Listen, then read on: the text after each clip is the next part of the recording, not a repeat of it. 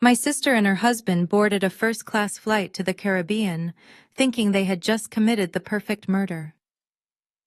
They left me in their sprawling Atlanta mansion to babysit their 8-year-old daughter Maya, who hadn't spoken a single word since she was born. But exactly 10 seconds after their Uber pulled out of the driveway, Maya slapped a glass of tea out of my hand and spoke in a voice clear as a bell. "Aunt Nia, do not drink that. Mom crushed 20 blue pills into the pitcher because she says it is time for you to meet Jesus." My blood ran cold.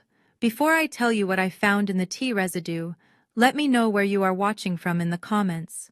Please hit subscribe if you have ever been betrayed by the people who were supposed to protect you. My name is Naya, and I am a 32-year-old clinical pharmacist. I deal with life and death prescriptions every day, but nothing could have prepared me for the toxicity of my own bloodline.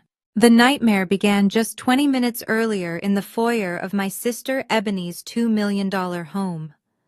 The air was thick with the smell of expensive perfume and fake sincerity. Ebony was fluttering around in a silk sundress, checking her makeup in the hallway mirror, while her husband Brad dragged their Louis Vuitton luggage toward the door.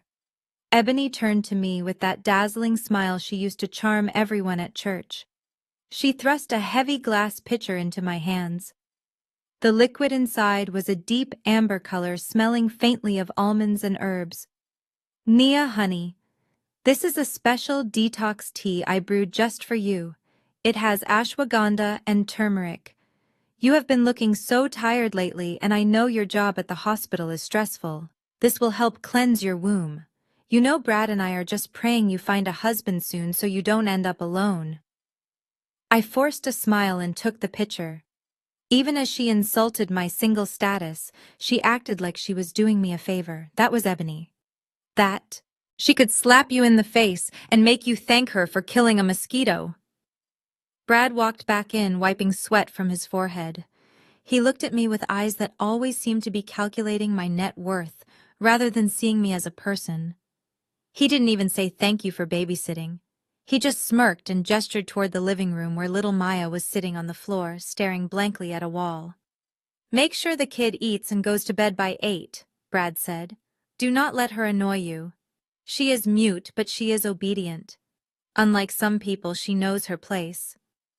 He laughed at his own joke. It was a dig at me. Brad always hated that I was educated and refused to be submissive to him. He leaned in close to me, his voice dropping to a whisper that made my skin crawl. "Don't worry about us calling to check in. We will be in the middle of the ocean. Just drink your tea and take a long, deep sleep, Naya. You deserve a permanent break." Ebony grabbed his arm, giggling. "Stop teasing her, Brad. Bye, Nia. Love you." They breezed out the door, leaving a trail of arrogance in their wake. I heard the heavy oak door click shut and the sound of tires crunching on gravel. Finally, they were gone. I let out a breath I didn't know I was holding. The house was silent, just the way I liked it.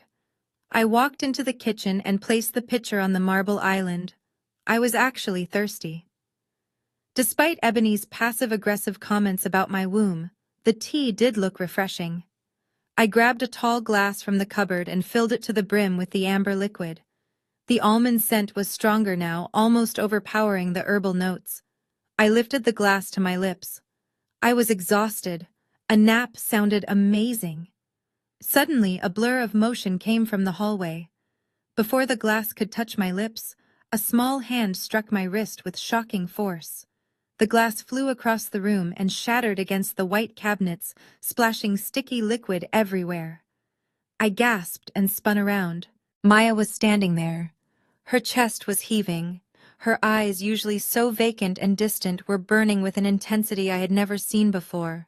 "Maya, what are you doing?" I cried out, reaching for a towel.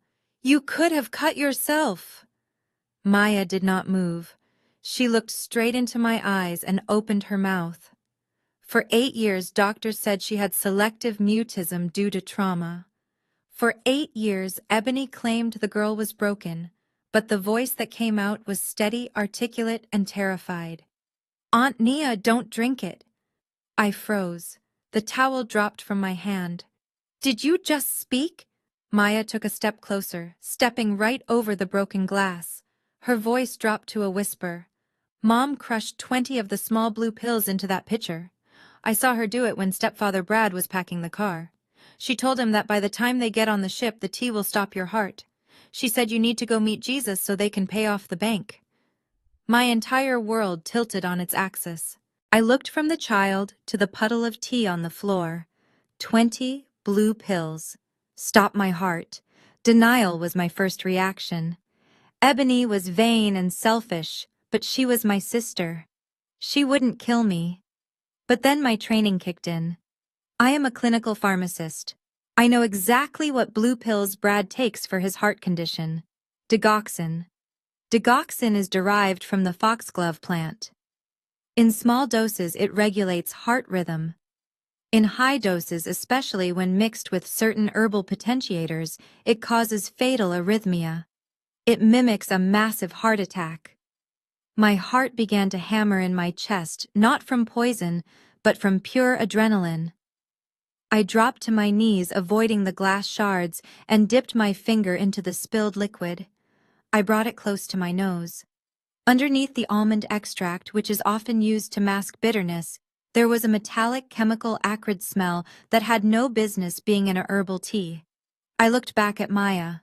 The little girl was trembling now that the adrenaline was fading. You saved my life, Maya, I whispered. She shook her head, tears welling in her eyes. They think I am stupid because I don't talk, she said, but I hear everything. They practiced crying for your funeral yesterday. They said your insurance money is the only way to save the house. I felt a cold rage settle in my stomach, replacing the fear. It was a coldness sharper than liquid nitrogen. They wanted a tragedy. They wanted a grieving family narrative. I stood up and grabbed a Ziploc bag from the drawer. I carefully scraped the wet tea leaves and blue residue from the counter into the bag. This wasn't just a beverage anymore. It was evidence. I am going to run a rapid toxicity test. I said, my voice surprisingly steady. Maya, go get your iPad. We are not going to die tonight. We are going to go to war. I laid the plastic bag containing the tea-soaked rug fibers onto the quartz countertop of my sister's immaculate kitchen. My heart was hammering against my ribs like a trapped bird, but my hands moved with the steady precision of a clinical pharmacist. I reached into my purse and pulled out my portable toxicology screening kit. Most people carry lipstick or gum, but when you work in a high-volume hospital pharmacy, detecting drug interactions becomes a second nature that follows you home. I extracted a reagent strip and dipped it into the slurry of almond tea and dissolved pills. The reaction was immediate. The strip did not just change color, it turned a violent shade of deep indigo, indicating a toxic concentration of cardiac glycosides, digoxin. I stared at the strip and felt the blood drain from my face. This was not a random poison. This was a calculated medical execution. Digoxin is used to treat heart failure, but in high doses it triggers fatal arrhythmias. It causes the heart to beat chaotically until it simply gives up and stops. The 20 pills Maya mentioned would have stopped a horse's heart, let alone mine. The genius of their cruelty was sickening because the symptoms of a digoxin overdose look exactly like a sudden cardiac event. Nausea, dizziness, and then collapse. If I had drunk that tea and died in my sleep, the coroner might have just glanced at my medical history, saw a family history of hypertension, and ruled it natural causes. Ebony knew that. She knew the medical system well enough to weaponize it against me. I was so lost in the horror of the chemical evidence that I did not notice Maya standing beside me until she tugged hard on the hem of my jeans. I looked down. Her face was pale, and her eyes were wide with urgency. She did not speak this time. She just grabbed my cold hand and pulled me toward the hallway. We moved silently through the large house, avoiding the creaky floorboards, as if the house itself was listening. Maya led me past the guest room where I was supposed to sleep and dragged me straight into the master bedroom. The air in Brad and Ebony's room smelled of stale cologne and expensive cedar wood. Maya marched over to the large oak dresser that faced the bed, but then she stopped and turned around, pointing back toward the hallway. She shook her head, frustrated that I was not understanding. She grabbed my hand again and led me back to the guest room, the room where I would have taken my last breath.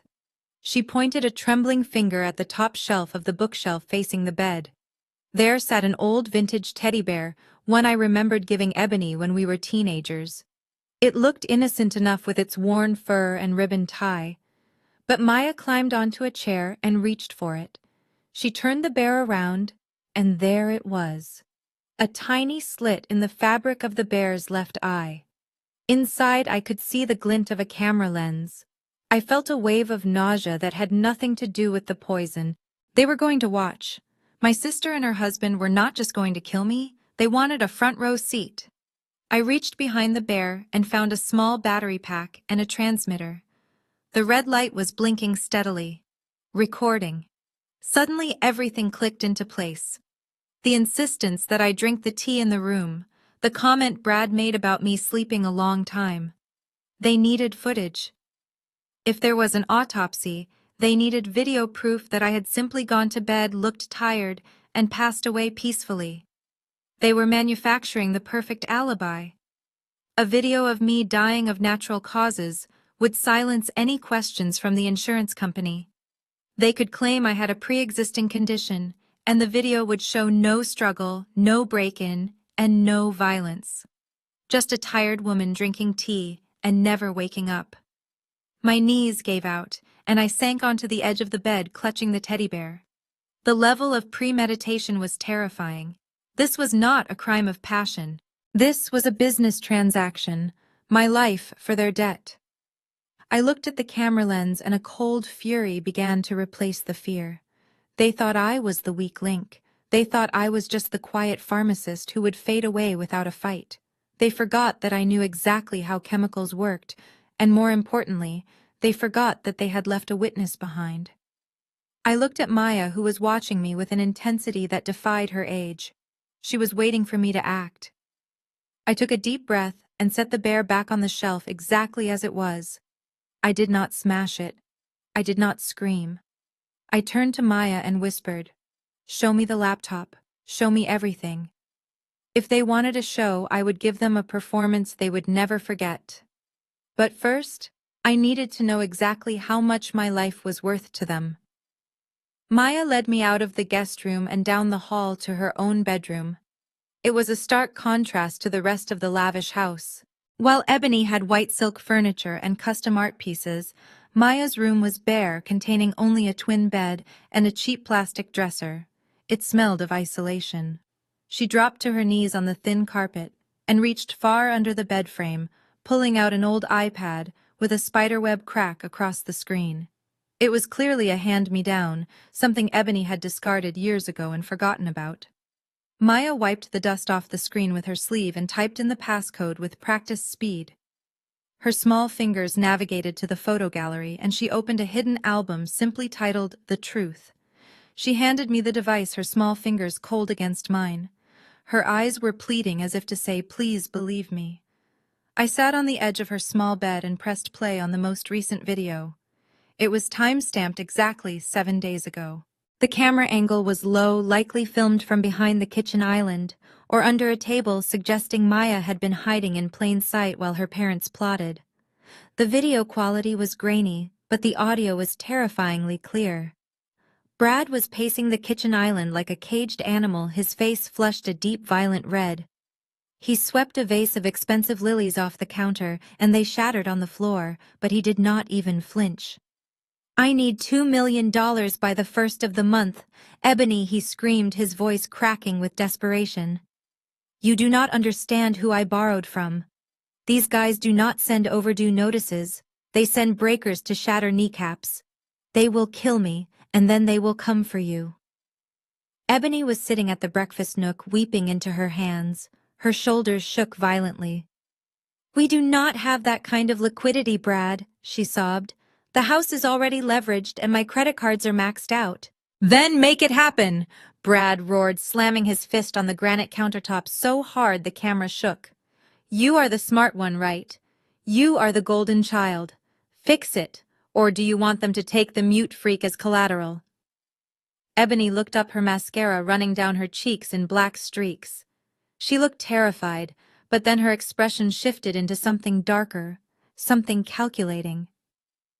There is one way, she whispered, her voice trembling. I checked Nia's benefits package again. She has a massive corporate life insurance policy through the hospital network. It is worth $2 million, but there is a clause. It pays out double for accidental death or sudden medical failure. I am the sole beneficiary. I felt the blood drain from my face as I watched my sister bargain with my life. I remembered that policy. I had named Ebony as the beneficiary 10 years ago when our parents died, thinking she would use it to take care of our family legacy. I never imagined she would expedite the claim. In the video, Brad stopped pacing. The panic in his eyes was replaced by a cold, predatory interest. Sudden medical failure, he repeated, like a heart attack. Ebony nodded, wiping her eyes. She trusts me. She drinks whatever I give her. If she dies in her sleep, the autopsy will just show cardiac arrest. We can say she was stressed at work. Brad walked over to Ebony. He did not hug her or comfort her. He grabbed her chin, forcing her to look up at him. A slow, cruel smile spread across his face. I always knew marrying into your family was a good investment, he sneered. You people are so desperate for validation you will do anything. You are just a gold mine of stupid waiting to be excavated. The slur hung in the air. It wasn't just about the money. It was pure, unadulterated racism. Brad didn't just see me as a cash dispenser, he saw us as lesser beings. He saw my sister not as a wife, but as a useful idiot from a race he despised. And the worst part was Ebony didn't slap him. She didn't defend us. She just leaned into his hand and nodded, desperate for his approval, even as he insulted her entire existence. I am sorry, Brad, she whispered. I will fix it. I will make the tea. I paused the video, feeling bile rise in my throat. The betrayal was absolute. My sister chose a racist gambler over her own flesh and blood. She was willing to stop my heart to save his knees. I looked down at Maya, who was watching me, to see if I was angry at her. I pulled my niece into a tight hug, burying my face in her hair so she wouldn't see my tears turn into rage. They thought I was the quiet one. They thought I was the passive pharmacist who just followed orders. They had no idea that they had just declared war on the wrong woman. I handed the iPad back to Maya. Keep this safe, I said, my voice turning into steel. We are going to need it. But first, I need to answer a phone call because your mother is about to check if I am dead yet. The silence in the kitchen was shattered by the cheerful chime of a FaceTime request. The sound echoed off the marble countertops like a gunshot, making both Maya and me jump. I glanced at the screen. It was Ebony. The contact photo was a selfie of us from 2 Christmases ago, back when I still believed we were family. Now looking at her smiling face felt like looking at a stranger holding a knife. Maya grabbed my arm, her small fingers digging into my skin. She looked up at me with terror in her eyes and whispered, "Do not let them see me." She scrambled under the kitchen island, pulling her knees to her chest, hiding in the shadows. I took a deep, shaky breath. I had to become an actress. I had to be the naive, trusting sister one last time. I messed up my hair slightly to look disheveled and rubbed my eyes until they were red. I let my shoulders slump, adopting the posture of someone whose body was beginning to shut down. I accepted the call. The screen filled with the vibrant orange and pink hues of a sunset over the ocean. Ebony face appeared centered in the frame. She looked immaculate. Her hair was wrapped in a silk scarf blowing in the sea breeze, and she was holding a tropical cocktail garnished with a pineapple wedge. "Hey, little sister," she chirped, her voice tinny through the phone speakers. "We just boarded. The reception is spotty, but I wanted to check in. Did you drink that special tea yet?" I held the phone with a trembling hand, deliberately letting the image shake. I made sure my eyelids drooped, halfway closed. "Yeah," I lied, keeping my voice thick and slurred. "I drank it about 20 minutes ago. It tasted really bitter, Ebony. My stomach feels kind of weird." Ebony did not look worried. She looked relieved. A small, satisfied smile played on her lips that she quickly tried to hide behind her drink. "Oh, that is just the detox herbs kicking in," she said, dismissing my concern with a wave of her manicured hand. "It means it is working, Nia. It is flushing out all the toxins. You might feel a little heavy, but that is normal. How is your chest?" My chest. She was fishing for symptoms of heart failure. She wanted to know if the digoxin was taking hold, causing the bradycardia that precedes the end. "It feels tight," I mumbled, leaning against the counter as if I could barely stand. Dizzy, too. The room is spinning a little bit. Suddenly the camera swiveled. Brad appeared in the frame next to her. He was wearing a white linen shirt unbuttoned at the top, revealing a chest that I now knew held no heart. He was holding a glass of dark red wine, swirling it gently. He looked at me through the screen, and I saw zero empathy. I saw a man looking at a problem that was resolving itself. "Well, do not fight it, Nia," he said, his voice smooth and oily. "If you are tired, just go to sleep. It has been a long week, right? You worked too hard at that pharmacy. You deserve a very long rest." The double meaning in his words made my skin crawl. A long rest. He was telling me to die. He was giving me permission to stop breathing so he could pay off his gambling debts. "I think I will," I whispered, letting my head loll backwards for a second, before snapping it back up. "I just need to lie down." Brad leaned closer to the camera, his blue eyes piercing through the digital connection. He stared right at me, searching for the pallor of death on my skin. "Make sure you lock the doors," he added, a smirk playing on his lips. "We would not want anyone disturbing you tonight. Sleep tight, sister-in-law." Then he winked. It was a slow, deliberate wink. It was the arrogance of a man who thought he had committed the perfect crime. He toasted the camera with his wineglass, and then the screen went black. I lowered the phone, and the act dropped instantly. I stood up straight, my fatigue replaced by a surge of adrenaline so potent I felt like I could flip the granite island over. My heart was pounding against my ribs, not from poison but from pure, unadulterated rage. That wink was his confession. That wink was him signing his own arrest warrant. Maya crawled out from under the island. She stood up and looked at me, waiting for a signal. "They think I am dying right now," I said to the empty room, my voice cold and steady. "They are probably walking to the ship buffet right now, laughing about how easy it was. They think I am stumbling to that guest room, gasping for air, clutching my chest, while my heart rhythm descends into chaos. They are expecting a call from the police tomorrow morning, finding my cold body." I looked at the time on the microwave. It was 7 p.m. If I was going to survive this night, I had to give them exactly what they wanted. "Maya," I said, turning to my niece, "grab your iPad. We are not going to sleep. We are going to make a movie." I knew exactly how a digoxin overdose looked. I had seen it in textbooks and emergency rooms. The sweating, the confusion, the specific way the body convulses before stillness. If they wanted a show, I would give them an Oscar-winning performance. But I wasn't just going to fake my death. I was going to use their own surveillance system to trap them. I dialed a number I knew by heart. It wasn't the police, it was Marcus.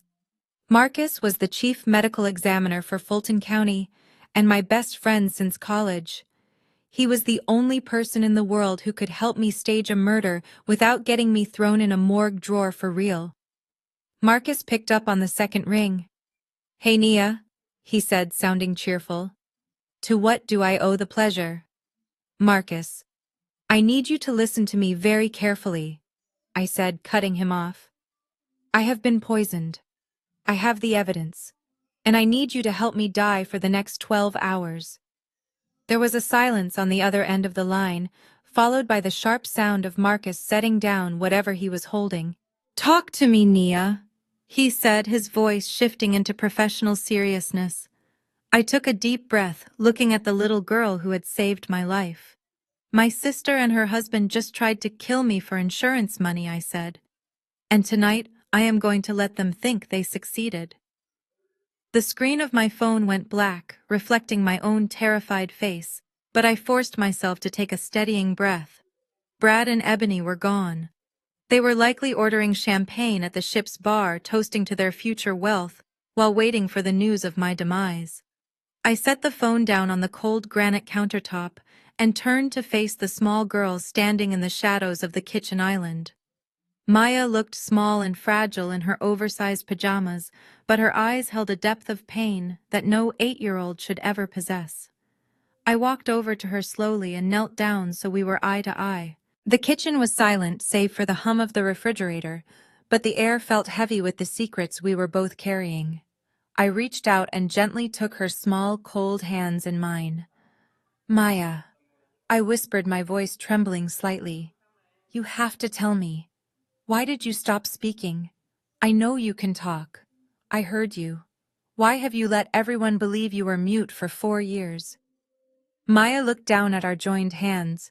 She bit her lip, a nervous habit I realized she must have developed to keep herself from crying out. When she finally looked up, her voice was barely a whisper, but the words hit me with the force of a physical blow. "Because of the closet, Auntie." I frowned, confused. "What closet, baby?" "The one under the stairs," she said, her voice gaining a terrifying clarity. "The one where Dad keeps his golf clubs and the old vacuum. It is dark in there and it smells like dust and mold." My stomach churned. I knew that closet. It was a cramped, airless space, barely big enough for a grown man to stand in. "Dad puts me in there when he loses money." She continued, her words rushing out now that the dam had broken. "He bets on the football games. When the Falcons lose, he gets so mad. He throws things, he punches the walls. And if I make a noise, if I cry or ask for water, he puts me in the closet. He locks the door. Sometimes he leaves me there all night." I felt tears streaming down my face, hot and fast. I had been coming to this house for years. I had eaten dinner at their table. I had laughed with my sister. All the while, my niece was being tortured a few feet away. "Why didn't you tell me?" I choked out. "Why didn't you tell your mom?" Maya shook her head violently, her curls bouncing. "I couldn't. He said he made a deal with me. He said if I stayed quiet, I could stay in my room. But if I opened my mouth, if I told anyone about the closet, or the angry men who come to the door looking for money, he would hurt you." "Me?" I asked, stunned. "He said he would make you disappear," she whispered, a tear finally escaping her eye. "He said he would cut the brake lines on your car. He said accidents happen to people with big mouths. He said Auntie Nia is fragile, and if you speak, she breaks. So I promised to be quiet. I promised never to make a sound, so you would stay safe." The realization washed over me like ice water. This child, this incredible, brave little girl, had sacrificed her voice, her childhood, and her freedom to protect me. She had endured the darkness of a closet and the cruelty of her father to keep me alive. And I had been too blind to see it.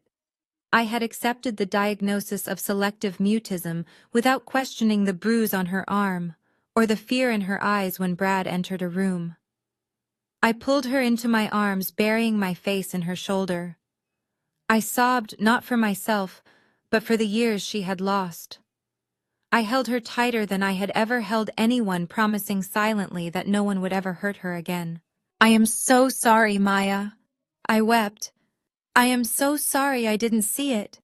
But I see you now. I hear you now." I pulled back and wiped my face. The sadness in my chest was rapidly hardening into a cold, sharp resolve. They wanted a victim. They wanted a helpless woman and a mute child. Instead, they had created a team that was about to destroy them. I stood up and pulled Maya to her feet. "You are not going to be quiet anymore," I told her, my voice steady and fierce. "And neither am I. We are going to make them pay for every minute you spent in that closet. We are not just going to survive tonight, Maya. We are going to take everything from them. The house, the money, the reputation." I reached for my phone again. My hands were steady now. I scrolled through my contacts until I found the name I needed. Marcus. Marcus wasn't just a friend. He was the chief medical examiner for Fulton County. We had gone to pharmacy school together before he decided he preferred patients who couldn't talk back. He knew more about death and toxicology than anyone I knew. If anyone could help me stage a murder, it was him. I pressed call and put it on speaker. Maya watched me, her eyes wide with a mixture of fear and hope. Marcus picked up on the second ring, his voice groggy. Nia, it is 10 o'clock on a Tuesday. You know I am watching the game. Marcus? Listen to me, I said, cutting him off. This is not a social call. I am at my sister's house.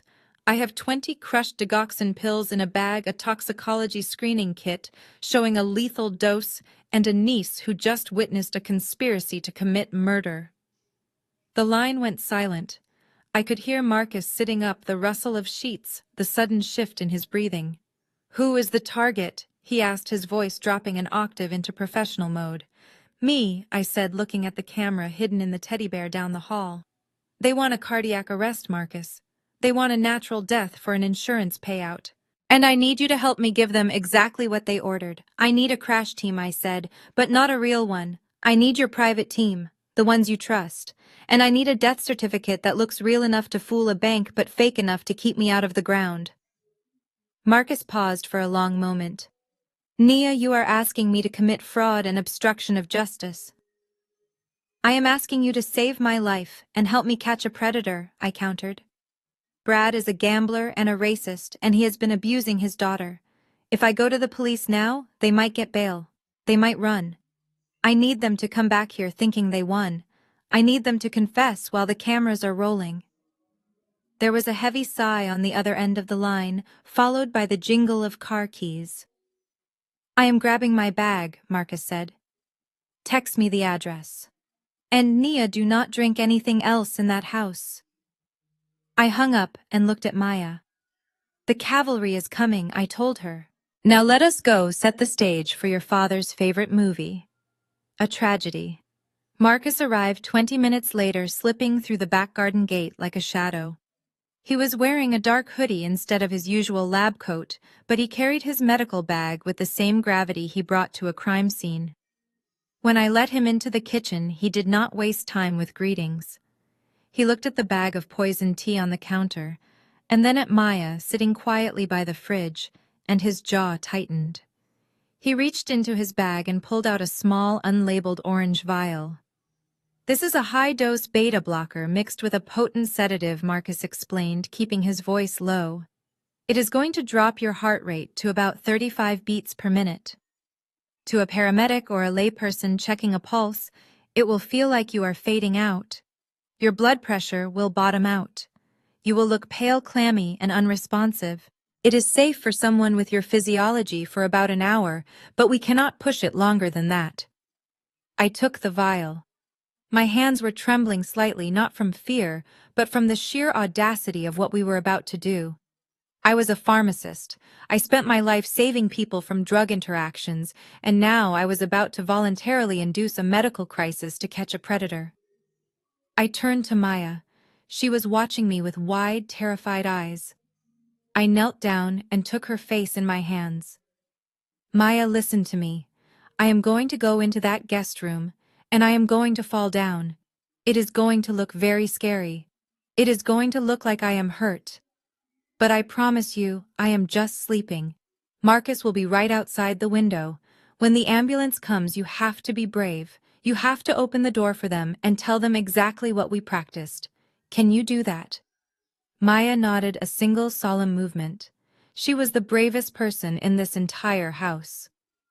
I looked at the clock on the microwave. It was 1:45 in the morning. Brad and Ebony would be settling into their cabin on the ship, likely waiting for the show to start. I needed to give them a prime-time performance. I swallowed the pill dry. It tasted chalky. I walked down the hallway to the guest bedroom, the execution chamber my sister had prepared for me. I left the door slightly ajar, just enough for Maya to see, but not enough for the camera to catch her. I positioned myself in the center of the room, directly in the line of sight of the teddy bear on the shelf. I waited. 10 minutes passed. I started to feel it. A heaviness in my limbs, like lead weights, were tied to my ankles. The room began to swim slightly at the edges. My breath hitched. The drug was working. My heart, which had been racing with adrenaline, began to slow down. Thump, pause, thump, pause. It was time. I stood up from the edge of the bed and walked toward the bathroom, but I made sure to stumble. I let my shoulder hit the doorframe hard. I gasped, loud enough for the microphone in the bear to pick it up. I brought my hand to my chest, clawing at my shirt, mimicking the classic sign of cardiac distress caused by digoxin toxicity. Oh God, I groaned out loud, my voice thick and slurred. My chest. I staggered back toward the bed, but I did not aim for the mattress. I aimed for the floor. I let my knees buckle. I did not break my fall with my hands. I let gravity take me down. My hip hit the hardwood floor with a sickening thud, followed by my shoulder and finally my head. I lay there sprawled on the expensive rug, my hair splayed out around me. I let out a few ragged breaths, twitching my leg involuntarily just once to sell the seizure-like effect of the poison taking hold. Then I went still. I forced my breathing to become shallow, barely moving my chest. I stared blankly at the wall, letting my eyes lose focus until my vision blurred. From the perspective of the hidden camera, I looked like a corpse. The silence in the room was absolute. I could feel the cold floor seeping into my skin. My heart was beating so slowly now it felt like a distant drum. Thump. Silence. Thump. In my mind I traveled thousands of miles away to the middle of the ocean. I imagined a phone sitting on a bedside table in a luxury stateroom. I imagined the screen lighting up in the dark room. Notification. Motion detected. Guest bedroom. I imagined Brad rolling over, reaching for the phone, his face illuminated by the blue light. I imagined him tapping the notification, opening the live feed and seeing my prone body on the floor. I imagined the smile spreading across his face as he nudged my sister awake to show her that their problem had finally been solved. I lay there playing dead, while my blood ran cold with hatred. Enjoy the show, Brad, I thought, as the edges of my consciousness began to fray from the sedative. Because the encore is going to be your funeral. While I drifted into the chemically induced gray zone hundreds of miles away in a first-class suite, my sister and her husband were enjoying the warm ocean breeze on their private balcony. Later, I would piece together exactly what happened in that stateroom, thanks to digital forensics and the arrogance that makes criminals document their own crimes. Brad had his phone propped up against a bucket of ice. When the motion notification pinged, he didn't gasp, he cheered. He watched the live feed of his sister-in-law collapsing, clutching her chest and convulsing. To him it wasn't a tragedy, it was a touchdown. He turned to Ebony and said, "Look at that." She went down like a sack of bricks. Ebony walked over from the vanity where she was applying night cream. She looked at the small screen at my unmoving body, and her only reaction was to check the time on her diamond-encrusted watch. They didn't call the ship's doctor. They didn't panic. Brad reached for the bottle of Dom Perignon that had been chilling since they boarded. He popped the cork, and the sound was festive, a sharp crack of celebration while I lay dying in their guest room. He poured 2 flutes of the golden liquid and handed one to my sister. To the $2 million he toasted, clinking his glass against hers, and to getting rid of the dead weight. Ebony took a sip and smiled that cold, empty smile. She looked at the screen again. "Is she moving?" Brad asked casually, as if asking about a sports score. "Not an inch," Ebony replied. The drug worked perfectly. Then came the part that still makes me sick to my stomach when I think about it. Any normal human being, even one who had made a mistake, would have called for help immediately. But Ebony and Brad waited. They sat there sipping their $300 champagne, watching the minutes tick by. 5 minutes, 10 minutes, 20 minutes. They needed to be sure. They needed to be absolutely certain that the digoxin had time to stop my heart completely, so that by the time the paramedics arrived, there would be no chance of resuscitation. They discussed what color Porsche Brad would buy. They talked about paying off the loan sharks. They planned their new life over my cooling body while checking the feed periodically to ensure I remained a corpse. Finally, when exactly 30 minutes had passed, Ebony set her glass down. She cleared her throat and took a deep breath. She pressed her hands to her face, rubbing her eyes to make them water. Then she dialed 911. Her voice transformed instantly. Gone was the cold, calculating woman who had just toasted to murder. In her place was the hysterical, grieving sister. "Oh God, please help me!" she screamed into the phone, her performance worthy of an Academy Award. "It is my sister Nia. She has a heart condition. I have been trying to call her for half an hour and she is not answering. I have a bad feeling. Please send someone." She sobbed. She choked on her words. She begged them to hurry, all while Brad sat in the background finishing his champagne and scrolling through luxury car listings. They thought they were writing the perfect ending to my story. They had no idea that I was just beginning to write theirs. The ambulance ride was a blur of flashing lights and sirens. Even though I knew I was safe, the physical sensation of my heart rate bottoming out was terrifying. Marcus rode in the back with me, gripping my hand, not just as a doctor, but as a friend anchoring me to reality. When we wheeled into the emergency bay, it was organized chaos. Marcus had cleared a private trauma room, and his team knew the drill. They hooked me up to monitors that beeped with an alarming, sluggish rhythm that would have terrified any normal doctor. To anyone watching, I was a woman on the brink of death. They transferred me to a hospital bed and Marcus administered a counteragent that kept me conscious, but paralyzed my voluntary muscles. It is called a locked-in state. I could hear everything. I could feel the scratchy hospital sheets and the cold air blowing from the vent above my head, but I could not move a finger or open my eyes. I was a prisoner in my own body, forcing myself to endure the performance of a lifetime. 20 minutes later, the heavy double doors swung open. I expected to hear weeping. I expected to feel a mother's hand on my forehead brushing away my hair. Instead, I heard the sharp clicking of heels on the linoleum floor. My mother Joyce walked in.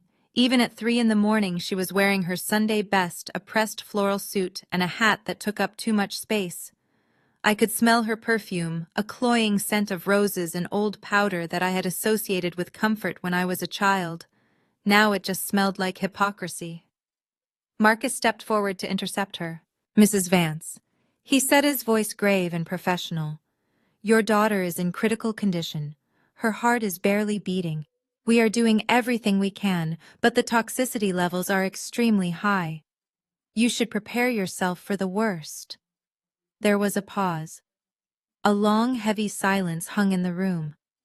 I waited for her to ask if I was in pain. I waited for her to ask if she could hold my hand. I waited for her to drop to her knees and pray for my recovery like she did every Sunday for strangers in the congregation. Instead, Joyce cleared her throat. The sound was dry and businesslike. "Is it terminal, doctor?" she asked. "Because if it is terminal, we need to know for the paperwork." Marcus paused, and I could practically hear him blinking in disbelief.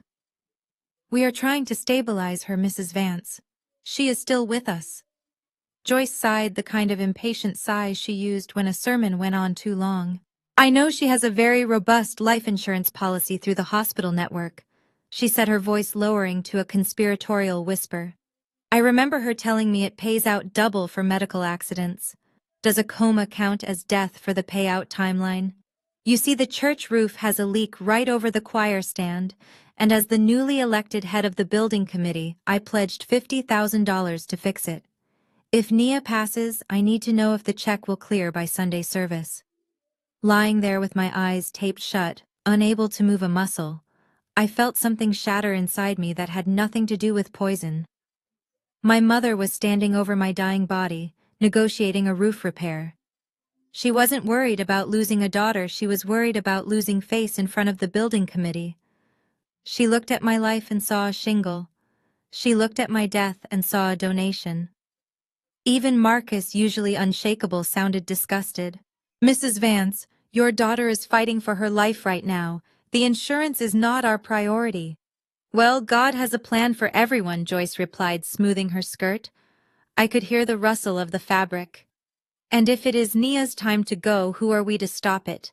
She has always been the weak one, you know. Maybe this is her way of finally contributing something meaningful to the family legacy.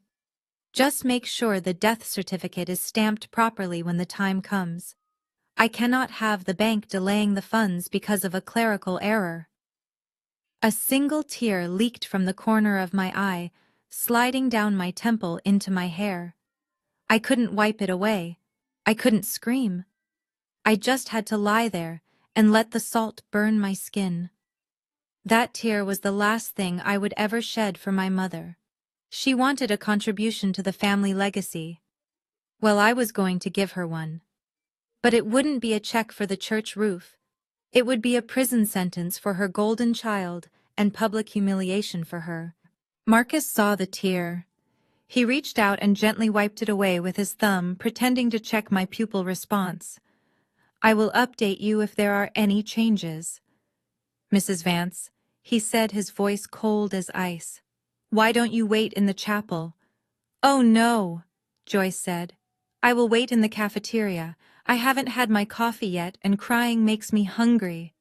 As the door clicked shut behind her, the machine monitoring my heart began to beep faster.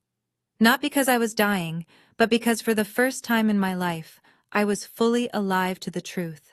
I was an orphan. My parents weren't dead, but they were gone. And the woman who just walked out was nothing more than a stranger with a hat and a hunger for my money.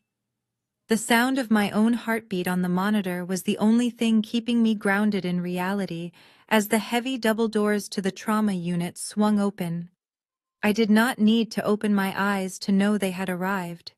The frantic clicking of heels and the heavy aggressive footsteps told me everything. My sister and her husband had not just driven back from the port, they had chartered a helicopter. I could practically smell the aviation fuel clinging to their clothes mixed with the stale scent of that expensive champagne they had been drinking while watching me die. They had rushed back not to save me but to ensure the job was finished. Ebony threw herself onto my chest with a wail that would have broken the heart of anyone who did not know her true nature. Oh God, Nia, she sobbed, her hands gripping my shoulders hard enough to bruise. Please tell me she is not gone. Please tell me I am not too late. Lying there paralyzed by the beta blockers, unable to flinch or pull away, I felt the terrifying weight of her performance. Her tears were wet against my hospital gown, but her body was tense. She wasn't hugging me, she was shaking me, checking for resistance, checking for life. Brad did not pretend to cry. He did not even come to the bedside. I heard him walk straight past me, his footsteps stopping at the nurse's station. His voice when he spoke was loud, authoritative, and laced with a cold urgency that sent shivers through my paralyzed limbs. I am Brad Sterling, he announced. I am this woman's brother-in-law and her medical proxy. Who is the attending physician here? I need to speak to the person in charge immediately. Marcus stepped forward. I heard the rustle of his lab coat. I am Dr. Marcus Thorne, the chief medical examiner. I stepped in to oversee this case due to the suspicious nature of the toxicity levels. Suspicious, Brad spat out the word like it tasted bad. There is nothing suspicious about a tragedy, doctor. My sister-in-law has a history of heart murmurs. She works too hard. She is stressed. This is exactly what we feared would happen. He walked closer to the bed. I could feel his presence looming over me, a dark shadow blocking out the harsh fluorescent lights. He wasn't looking at my face.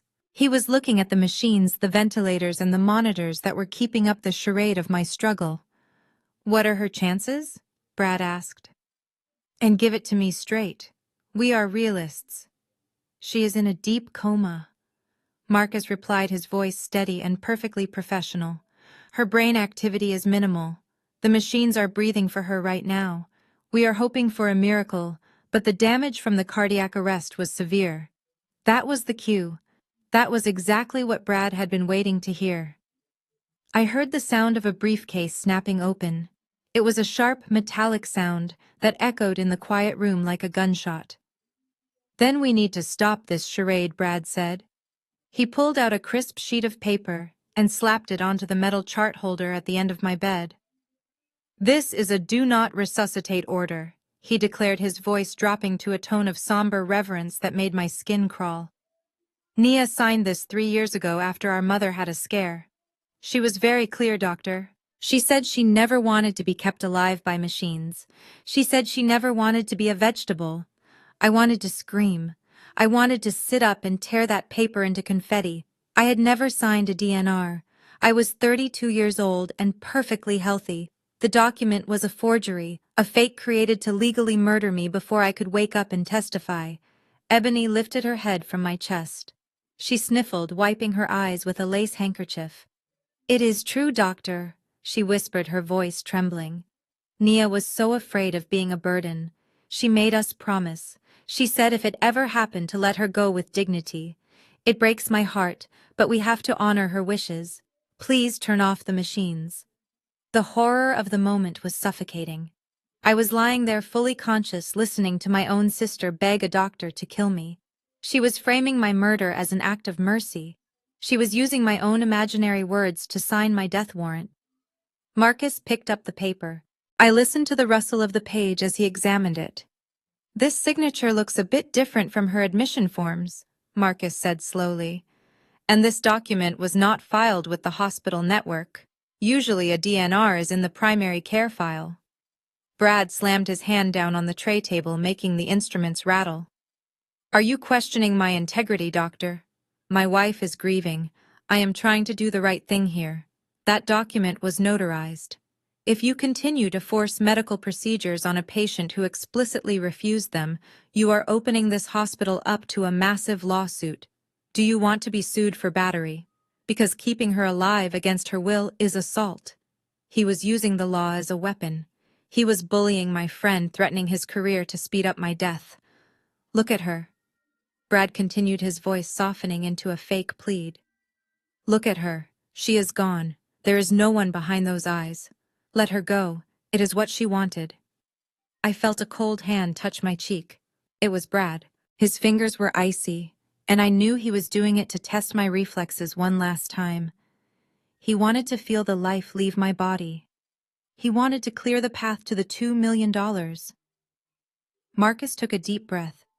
"I need to verify this document with our legal team," he said firmly. "It is hospital protocol. It will take at least 12 hours to authenticate the notary seal, especially at this time of night." 12 hours, Brad shouted. "You are going to make her suffer for 12 hours. I am going to follow the law." Marcus shot back, his voice hard. "And until legal clears this, the machines stay on." Brad let out a growl of frustration. "Fine, verify it. But mark my words, doctor. When that paper clears, you are pulling that plug. And I want to be in the room when you do it. I want to hold her hand when she goes." He didn't want to hold my hand. He wanted to make sure I stopped breathing. As Brad stormed over to the window to call his lawyer, I lay there in the dark, terrified and furious. They had played their ace card. They had a forged legal document. But they didn't know that I had an ace of my own, and she was currently hiding in the hospital waiting room, ready to blow their entire world apart. Marcus studied the forged document for a long, agonizing minute, while the silence in the trauma room grew heavy enough to suffocate us all. He was buying time. I knew his mind was racing not through medical protocols, but through the legal, logistical nightmare of coordinating a takedown while keeping a patient alive who was legally supposed to be dead. He adjusted his glasses and looked up at Brad and Ebony with a mask of defeated professionalism. "Very well," Marcus said, his voice tight. "If this is indeed the patient's wish, and you are the legal proxy, we will honor the do not resuscitate order. However, hospital policy regarding the withdrawal of life support in cases of sudden toxicity requires a 12-hour observation period to rule out transient metabolic changes. We cannot pull the plug tonight." Brad opened his mouth to argue, his face turning that dangerous shade of red again, but Marcus raised a hand, stopping him cold. "It is not up for debate, Mr. Sterling. The Ethics Committee will convene at 9 in the morning to sign off on the procedure. We will schedule the compassionate extubation for 10 a.m. This also gives you time to notify the extended family. If you want this to look like a tragedy instead of a crime scene, I suggest you have witnesses here to say goodbye. It looks better for the insurance adjusters. That was the masterstroke. Marcus knew exactly which buttons to push. By mentioning the insurance adjusters, he triggered their greed and their fear of getting caught. He was giving them a script to follow, and they were too arrogant to realize they were being directed. Ebony nodded, wiping away a fake tear. You are right, Doctor. We should call Mom. We should call everyone. Nia deserves a proper send-off with the whole family around. Excellent, Marcus said, closing the metal chart with a snap. I will leave you alone with her for a moment. Security is outside if you need anything.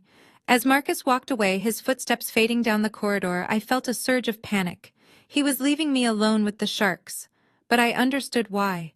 He needed to step out to make the call that would seal their fate. The evidence I had sent him, the videos of the gambling debts, the recording of the murder plot, was currently making its way to a friend of ours in the Financial Crimes Division of the Atlanta Police Department. By 10 a.m. tomorrow, when Brad expected to inherit $2 million, his bank accounts would be frozen, his assets seized, and a warrant would be issued for his arrest.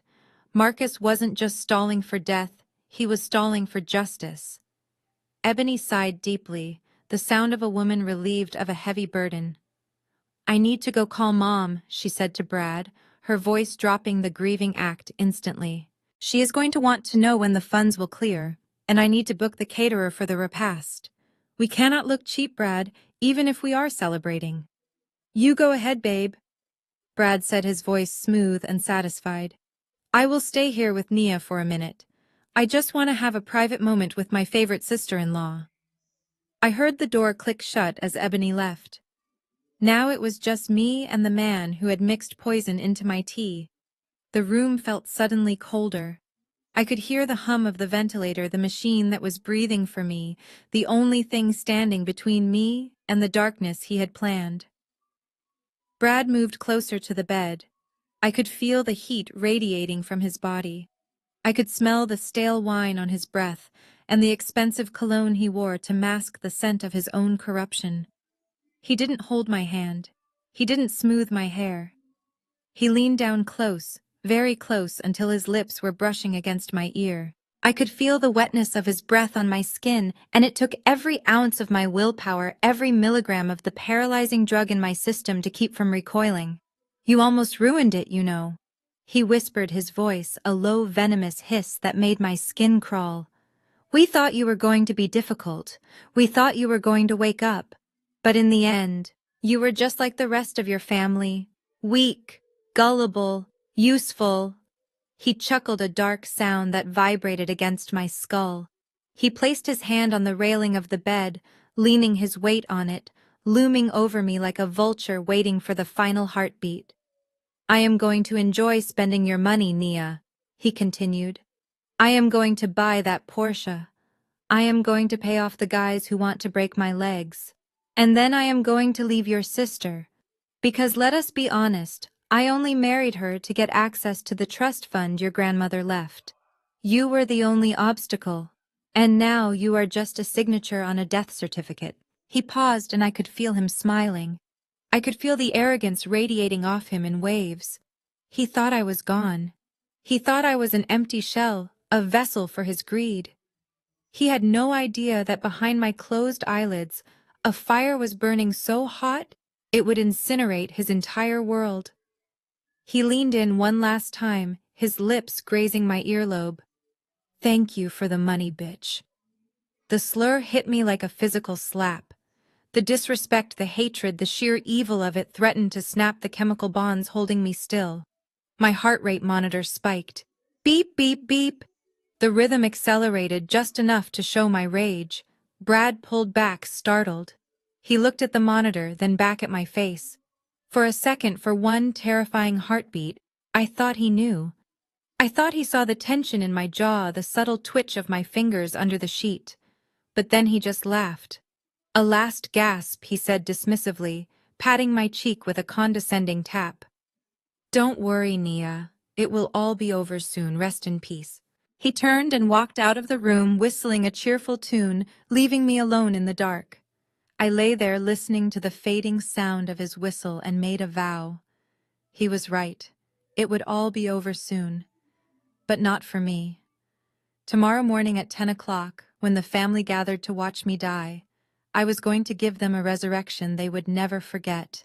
And Brad Sterling was going to learn that the bitch he just insulted was the one holding the keys to his cage. The morning sun filtered through the heavy curtains of the VIP hospital suite, casting long shadows across the room that felt more like a funeral parlor than a place of healing. Marcus had moved me to this larger room at dawn, ostensibly to allow the family to say their final goodbyes, but I knew it was really to give Brad and Ebony a stage for their performance. By 9 in the morning, the room was filled with the low murmur of voices. It was a who is who of our extended family and community members. People who had barely spoken to me in years, but were now vying for a front row seat to my tragedy. Lying motionless in the bed, my breathing regulated by the rhythmic hiss of the ventilator, I listened as they gathered. I could smell the mix of stale hospital coffee and the overpowering floral perfume my mother always wore to church. Joyce was holding court on a beige leather sofa near the window. She was flanked by Pastor Jenkins, a man whose eyes lit up at the sight of a collection plate, and Mr. Henderson, the family attorney, who looked like he was billing us by the second. Joyce dabbed at her dry eyes with a lace handkerchief, performing the role of the devastated mother with chilling precision. You know, she told the room, her voice trembling, just enough to sound convincing, Nia was always such a fragile child. We tried our best to protect her, but she was born weak. Unlike Ebony, who has always been so strong, so resilient. I felt a flash of hot anger deep in my chest. I had played varsity soccer in high school. I ran 5Ks for charity. I worked 12-hour shifts on my feet. Weak was the last word anyone who actually knew me would use, but Joyce was rewriting history in real time, ensuring that my death fit the narrative of a tragic, inevitable medical failure. It is a blessing, really, Joyce continued, sniffing loudly, that she is going without pain. The Lord is calling her home, and who are we to question his timing? Plus, she would not have wanted to be a burden. Ebony has practically raised her, you know. My poor Ebony has sacrificed so much to look after her sister. I heard a soft sob from the corner where Ebony must have been sitting. It was a perfect, delicate sound, practiced and poised. That is when the atmosphere in the room shifted. A sharp voice cut through the thick layer of my mother's lies like a serrated knife. What in the world are you talking about, Joyce? It was Aunt Sarah, my father's younger sister, and the only person in the clan who had refused to let Joyce bully her. She lived 3 hours away, and I hadn't expected her to come, but hearing her voice gave me a surge of hope. Sarah stepped forward, her footsteps heavy and purposeful. I saw Nia 3 weeks ago at the barbecue. She looked healthier than a horse. She was talking about training for a marathon in the fall. Since when does a 32-year-old woman with zero medical history just drop dead from a heart condition nobody has ever heard of until this morning? The room went deadly silent. The hum of the ventilator seemed to grow louder. I could imagine Joyce's face freezing, her mouth hanging open in shock that someone dared to deviate from the script. Brad did not let the silence linger. I heard the heavy, aggressive thud of his boots as he moved from the window to intercept Sarah. He did not shout. He used that low, terrifyingly calm voice that he used to control Maya. Aunt Sarah, he said, smooth as oil, sliding between her and the rest of the room. We are all grieving here. Denial is a normal part of the process. We understand you are in shock. Don't you patronize me? Boy, Sarah snapped. I am not in shock. I am suspicious. Nia is a pharmacist. She knows more about health than anyone in this room. You expect me to believe she just withered away overnight. And why is there a rush to pull the plug? She is young. Give her body a chance to fight. Brad loomed over her. I could sense his physical intimidation even with my eyes closed. He was using his height and his breadth to corner her, to make her feel small and irrational. The specialists have seen her charts. Sarah Brad said, his voice hardening just enough to be a threat. Her heart was a ticking time bomb. She didn't tell you because she didn't want you to worry. That was Nia, always trying to protect everyone else. It is incredibly disrespectful to Ebony, who is sitting right there heartbroken, to suggest that we are not doing everything we can. He paused, letting the guilt trip sink in. Do not make this harder than it needs to be, Sarah, he hissed low enough that only those close by could hear. Or I will have security escort you out for disturbing the peace. We are here to say goodbye, not to start a conspiracy theory. I heard Sarah huff in frustration, but she stepped back. She was outnumbered. The pastor chimed in, then his voice booming with false authority. Let us pray for peace in this room. Brother Brad is right. We must accept God's will.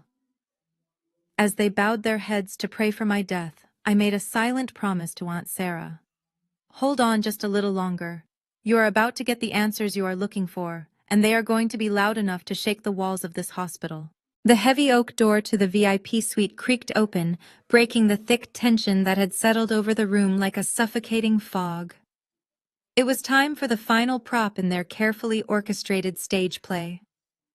My niece Maya walked in holding the hand of a hospital social worker who looked far more sympathetic than anyone sharing my bloodline. Maya was wearing a simple black dress that Ebony must have packed for her weeks ago, anticipating this very moment. The sight of her small frame standing in the doorway of a room filled with vultures made my heart ache, even through the haze of the paralytic drugs keeping me immobile. Brad stepped away from his heated argument with Aunt Sarah and moved toward his daughter with the practiced grace of a predator. To the room he looked like a grieving father stepping in to comfort a confused and traumatized child. But I knew better. I heard his heavy footsteps stop right beside her. He knelt down, bringing his face close to hers. I could not see them from my angle on the bed, but I heard the sharp intake of breath from Maya. He placed his large hand on her shoulder. To the pastor and the relatives, it looked like a reassuring squeeze, a father grounding his daughter in a moment of sorrow. But I knew Brad's grip. I knew he was digging his fingers into her trapezius muscle, finding that tender spot he always targeted when he wanted absolute obedience without leaving a visible bruise. Cry. He whispered, his voice low and venomous, barely audible over the hum of the central air conditioning. Cry right now, Maya. Make it loud. If you do not shed tears for your aunt, before I count to 3, you will spend the next week in the closet without food. Do you understand me? I lay there helpless, my blood boiling in my veins, waiting for the whimper. I waited for her to crumble and shrink into herself as she always did when he threatened her. But today was different. Today Maya knew she wasn't alone. She knew I was fighting right there beside her, and that gave her a strength Brad never anticipated. Suddenly I heard a scuffle. The sound of small patent leather shoes scuffing against the linoleum. Then a collective gasp went up from the room. Maya had shoved Brad's hand off her shoulder.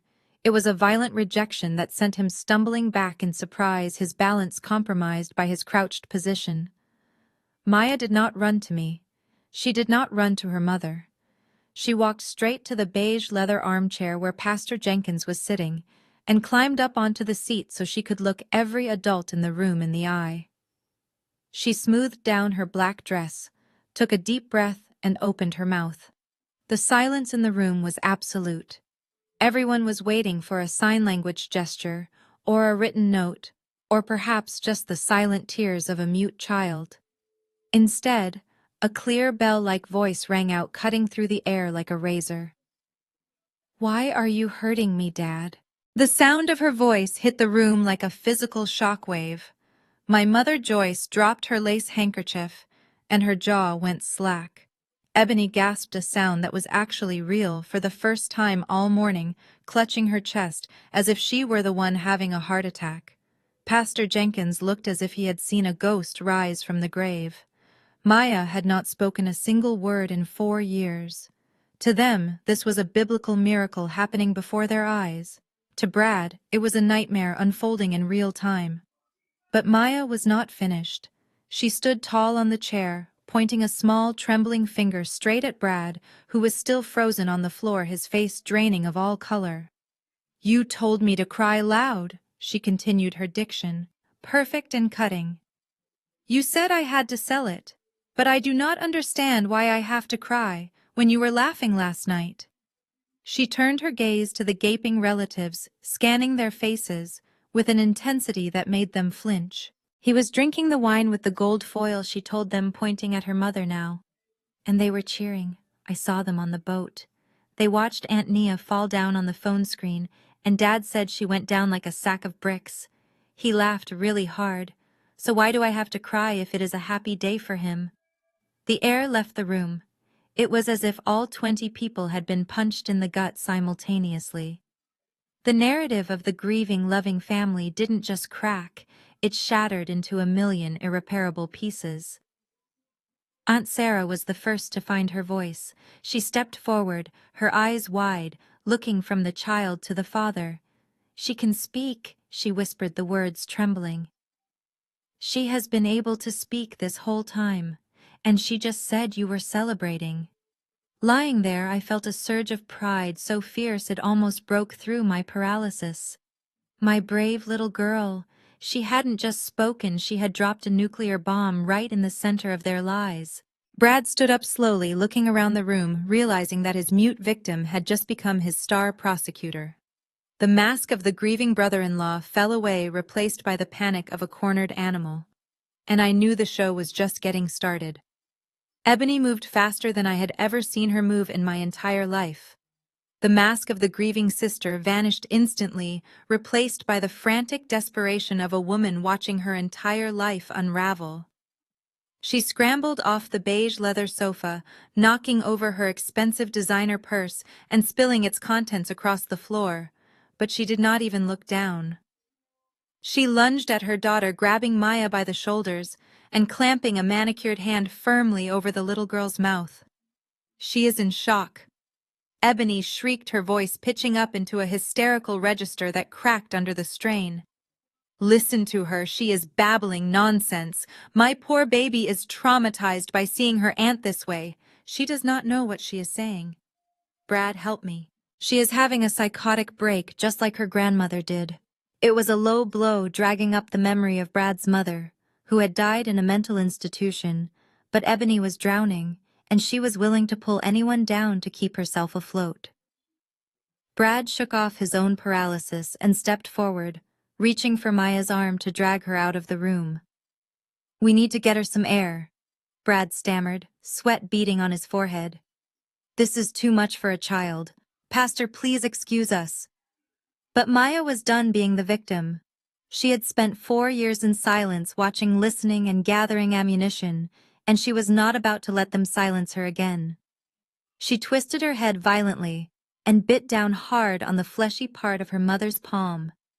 Ebony screamed in genuine pain and yanked her hand back, clutching it to her chest.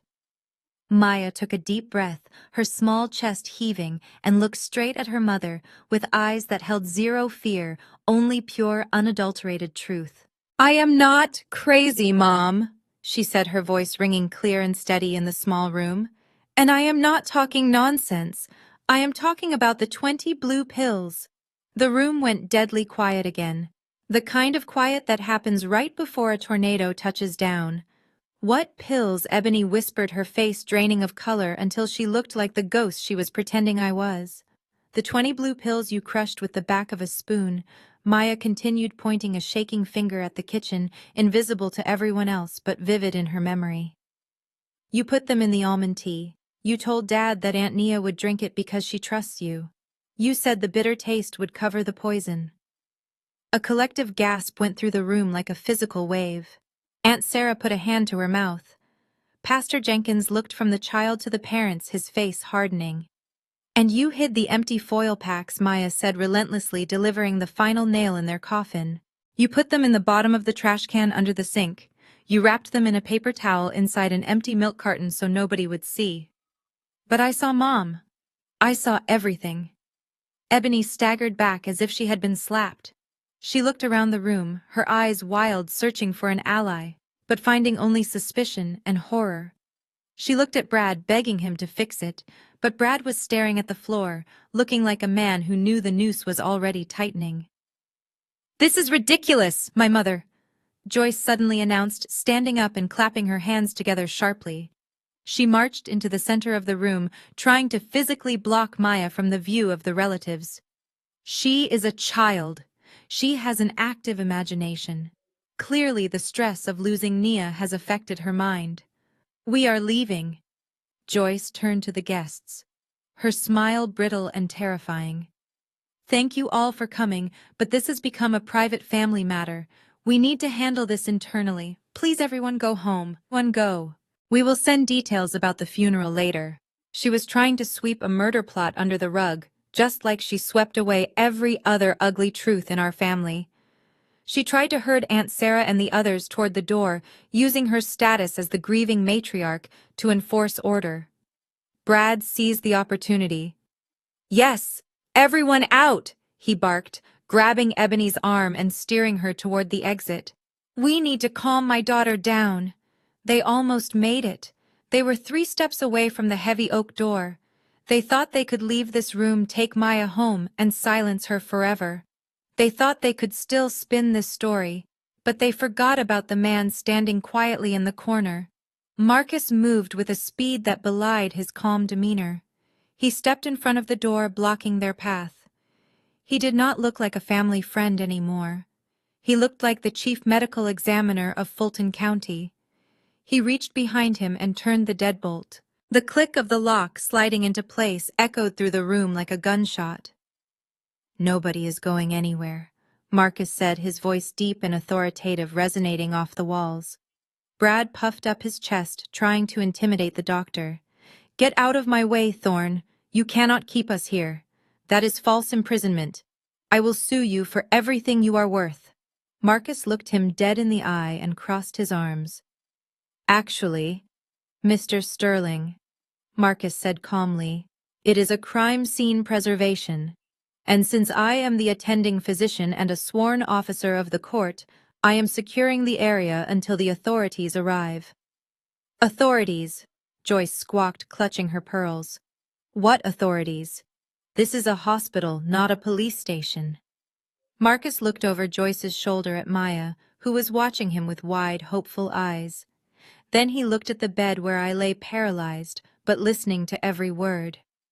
"You are right, Mrs. Vance," Marcus said. "But when a witness accuses 2 people of attempted murder with poison, we do not call a family meeting. We call the police. And they are already in the elevator." The color drained from Brad's face so fast, he looked like he might faint. Ebony let out a low keen of terror. The trap had snapped shut, and the best part was, they still thought I was asleep. They had no idea that the witness stand was about to get a second occupant. The sound of the ensuite bathroom door unlocking cut through the suffocating tension in the room like a guillotine blade. Every head turned in unison away from the locked exit where Marcus stood guard and toward the source of the noise. For the last 10 minutes, while my niece bravely dismantled their lies and my brother-in-law threatened a doctor, I had been busy. I had quietly unhooked the sensors from my chest, letting the machine flatline for a brief second before silencing the alarm. I had slipped out of the bed while their backs were turned, distracted by their own panic and greed, and now I was ready to make my entrance. I pushed the door open and stepped into the sterile hospital light. Gone was the pale, trembling woman in the shapeless blue hospital gown, who had been gasping for air just hours before. Gone was the victim they had mocked and poisoned. Standing in her place was the woman they truly feared. I was wearing a blood-red power suit tailored to perfection, the color sharp and violent against the beige walls of the room. I had applied a coat of dark lipstick and pulled my hair back. I looked like a CEO walking into a boardroom to fire everyone present. The silence that fell over the room was heavier than death. It was the silence of absolute incomprehension. I took a slow, deliberate step forward, the sharp click of my heels on the linoleum echoing like a gavel striking a judge's bench. I walked past the bed where I was supposed to die and stopped right in front of the group huddled by the door. I looked at Brad, who was pressing his back against the wood as if trying to merge with it. I looked at Ebony, whose mouth was opening and closing like a fish out of water. And finally I looked at my mother Joyce, who was clutching her Bible like a shield. "Hello, family," I said, my voice smooth and terrifyingly calm. "I hope I did not keep you waiting." The tea was a little bitter, Ebony. But you should know better than anyone that it takes a lot more than 20 crushed pills to kill a clinical pharmacist. The reaction was instantaneous and visceral. Brad looked as if he had been physically struck. The arrogant smirk that had been plastered on his face for the last 24 hours vanished instantly, replaced by a mask of sheer terror. The blood drained from his face so rapidly that his skin took on the waxy yellow quality of the corpse he wanted me to be. His knees actually buckled and he had to grab the door handle to keep from sliding to the floor. He tried to speak, to formulate one of his charming lies, but all that came out was a strangled wheeze. He looked from me to the empty bed and back again, his brain unable to process the resurrection standing before him. Ebony did not just stumble, she collapsed. The reality of the situation hit her with the force of a freight train. She wasn't just seeing her sister alive, she was seeing $2 million evaporate into thin air. She was seeing her debt, her crimes, and her freedom flashing before her eyes. She let out a soft whimper and sank to the floor, her expensive designer dress pooling around her like a puddle of oil. She covered her face with her hands, rocking back and forth, unable to look at the woman she had tried to murder. But it was my mother's reaction that satisfied me the most. Joyce, the woman who cared more about her reputation than her children, stared at me with eyes wide with horror. She did not look relieved that her daughter was alive. She looked terrified that her secret was out. Her hands, which had been holding her leather-bound Bible with such performative piety, suddenly went limp. The heavy book slipped from her fingers and hit the floor with a loud, thunderous thud. It lay there open, face down, a symbol of the hypocrisy she lived by. "You looked disappointed, Mother," I said, stepping closer to her. "Were you already spending the insurance money on the church roof? Did you already write the check?" Joyce stammered, taking a step back. "Nia, baby, no. We thought you were dying. The doctors said—" "The doctors work for me," I cut her off, gesturing to Marcus, who was watching the scene with a grim satisfaction. "And that do not resuscitate order you were so eager to enforce. I saw it, Brad. Nice attempt at my signature, but you forgot that I dot my E's with a circle, not a dash. That is a felony, by the way. Forging a medical document. Add that to attempted murder and insurance fraud, and I think you are looking at 20 years without parole." Brad finally found his voice. It was shaky and weak, a shadow of the booming baritone he usually used to intimidate people. "Nia, wait," he rasped, holding up a trembling hand. "We can explain. It was a misunderstanding. We were just trying to help you. The tea was just herbs. Maya is lying. She is a disturbed child." I laughed. It was a cold, sharp sound that made him flinch. "You are right, Brad," I said. "Maya is a child you abused, a child you locked in a closet, a child you threatened to silence. But she is not lying.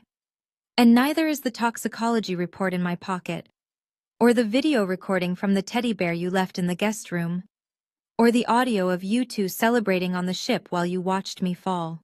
I pulled the toxicology report from my blazer pocket and unfolded it slowly, enjoying the way their eyes followed the paper.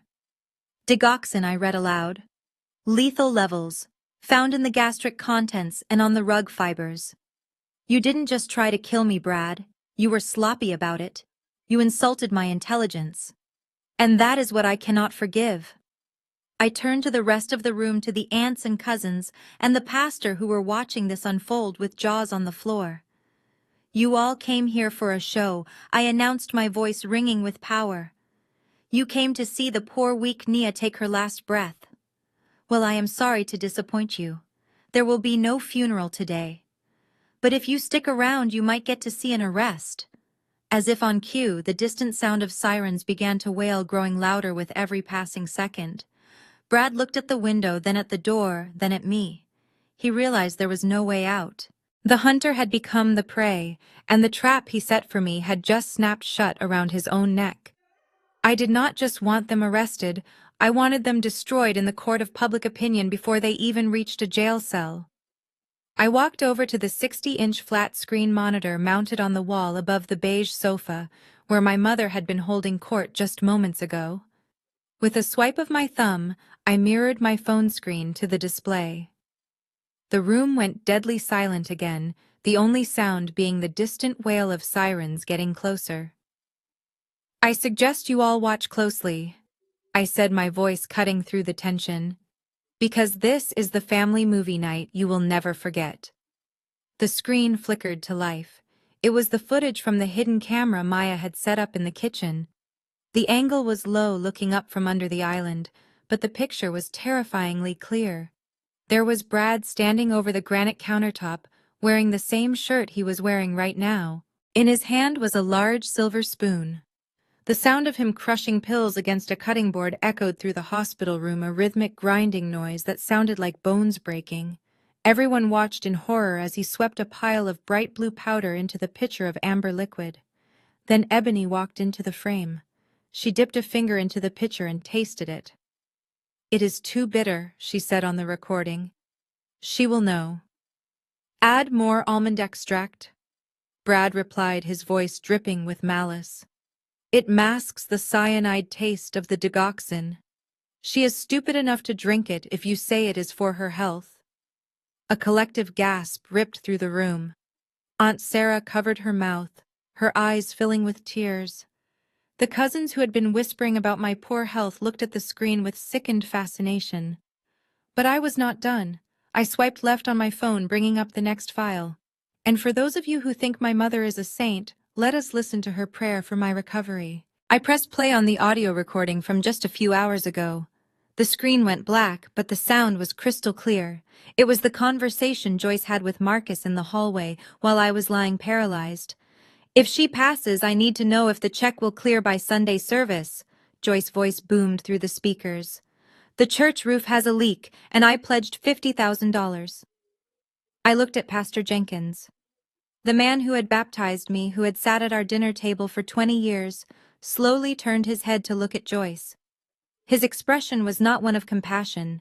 It was pure, unadulterated disgust. He looked at her as if she were something he had scraped off his shoe. "Sister Joyce," the pastor said, his voice trembling with rage, "you were bargaining with your daughter's life for a renovation project. You stood in my sanctuary and prayed for mercy while counting blood money."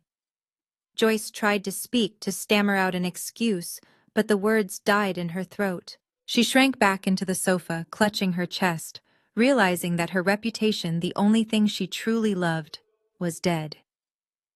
I swiped one last time. Documents filled the screen. They were screenshots from Brad's laptop. And finally the motive, I announced, pointing at the rows of red numbers. "Brad here is not the successful real estate developer he pretends to be. He is a gambling addict with $400,000 in debt to the Southside Syndicate. They gave him until the first of the month to pay up or pay with his knees." I zoomed in on a text message thread on the screen. Text from Loan Shark. "You have 48 hours, Brad. Get the money or we come for the wife and kid." Text from Brad. "Don't worry. The sister-in-law is cashing out tonight. $2 million coming your way." The room erupted. It wasn't just shock anymore, it was fury. The veneer of polite society shattered. Aunt Sarah lunged forward, swinging her heavy purse at Brad, hitting him squarely in the chest. "You monster!" she screamed, her voice breaking. "You tried to kill my niece for a poker debt." Cousin Andre, a linebacker for the college football team, stepped between Brad and the door, his fists clenched. "You are not going anywhere, Brad. If the police do not get here in 2 minutes, I am going to handle this myself." The relatives who had been looking at me with pity 10 minutes ago were now a mob circling the predators. Brad backed into the corner, holding his hands up, his face slick with sweat. Ebony was sobbing on the floor, pulling at her hair, begging for forgiveness that no one was going to give. I stood in the center of the storm, watching the chaos I had unleashed. I felt Maya slip her small hand into mine. I looked down at her, and she looked up at me, a fierce pride burning in her eyes. We had done it. We had turned the tables. And as the heavy boots of the police officers finally pounded down the hallway, I knew that justice was about to be served cold. The sirens outside were getting louder, screeching a warning that the law was coming. But inside the room, the atmosphere had shifted from anger to a stunned silence as I reached into my blazer pocket for the final piece of paper. The financial records on the screen had proven they were thieves, but this document was going to prove they were monsters. I held up the envelope with the logo of a genetic testing lab stamped in the corner. Brad, who was sweating profusely in the corner, saw it, and his eyes widened in recognition. He knew what was inside because fear is the only thing that makes a narcissist pay attention. I turned to my sister, who was still crumpled on the floor, weeping into her hands. "Ebony, look at me," I commanded, my voice sharp enough to cut through her self-pity.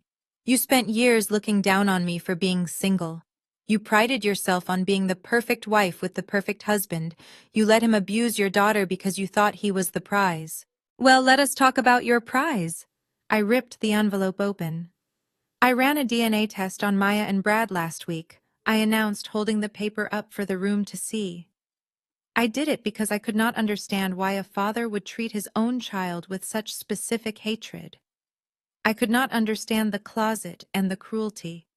But the results explain everything. Probability of paternity 0%.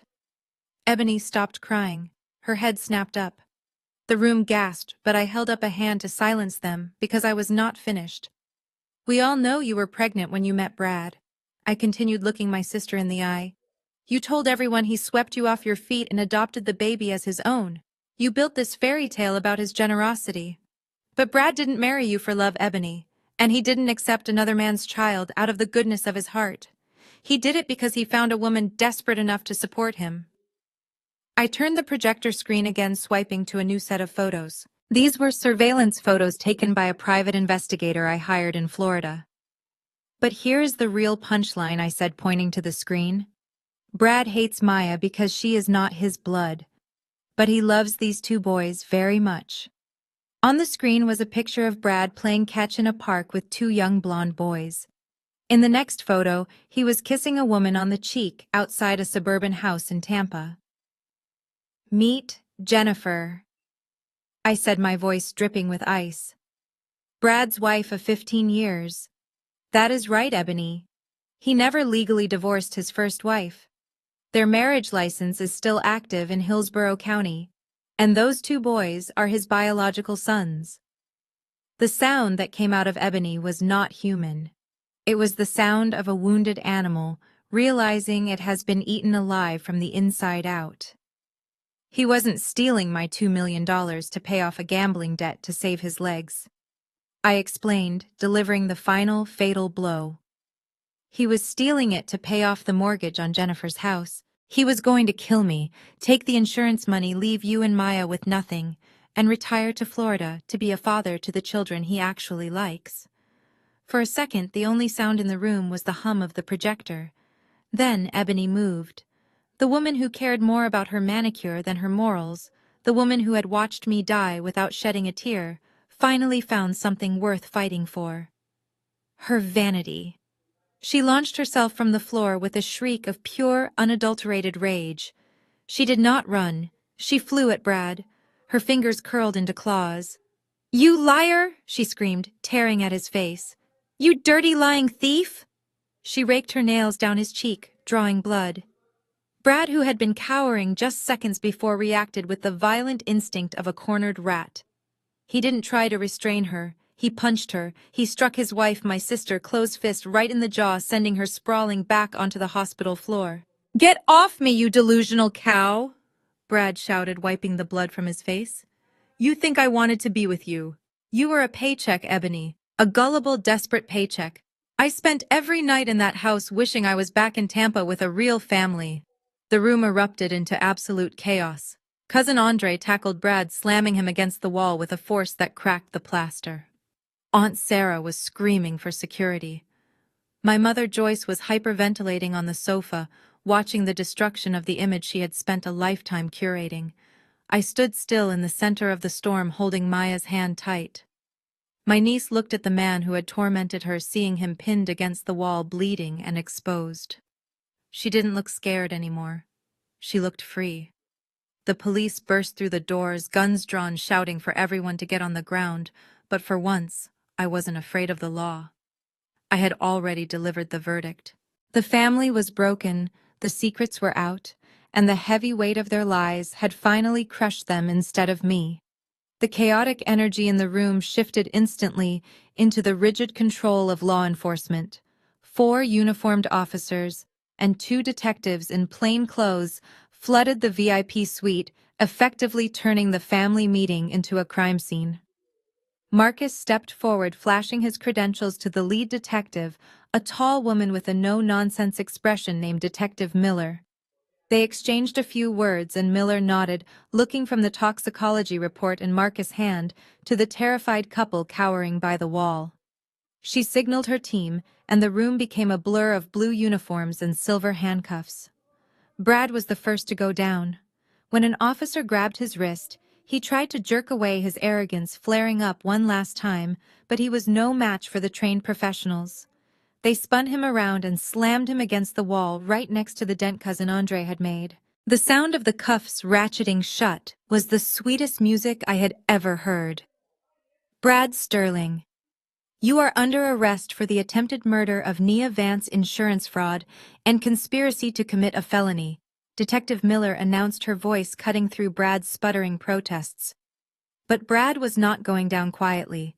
True to his nature, he immediately looked for a scapegoat, and he found one in the woman he had just punched. It was her idea. He screamed, struggling against the officers holding him.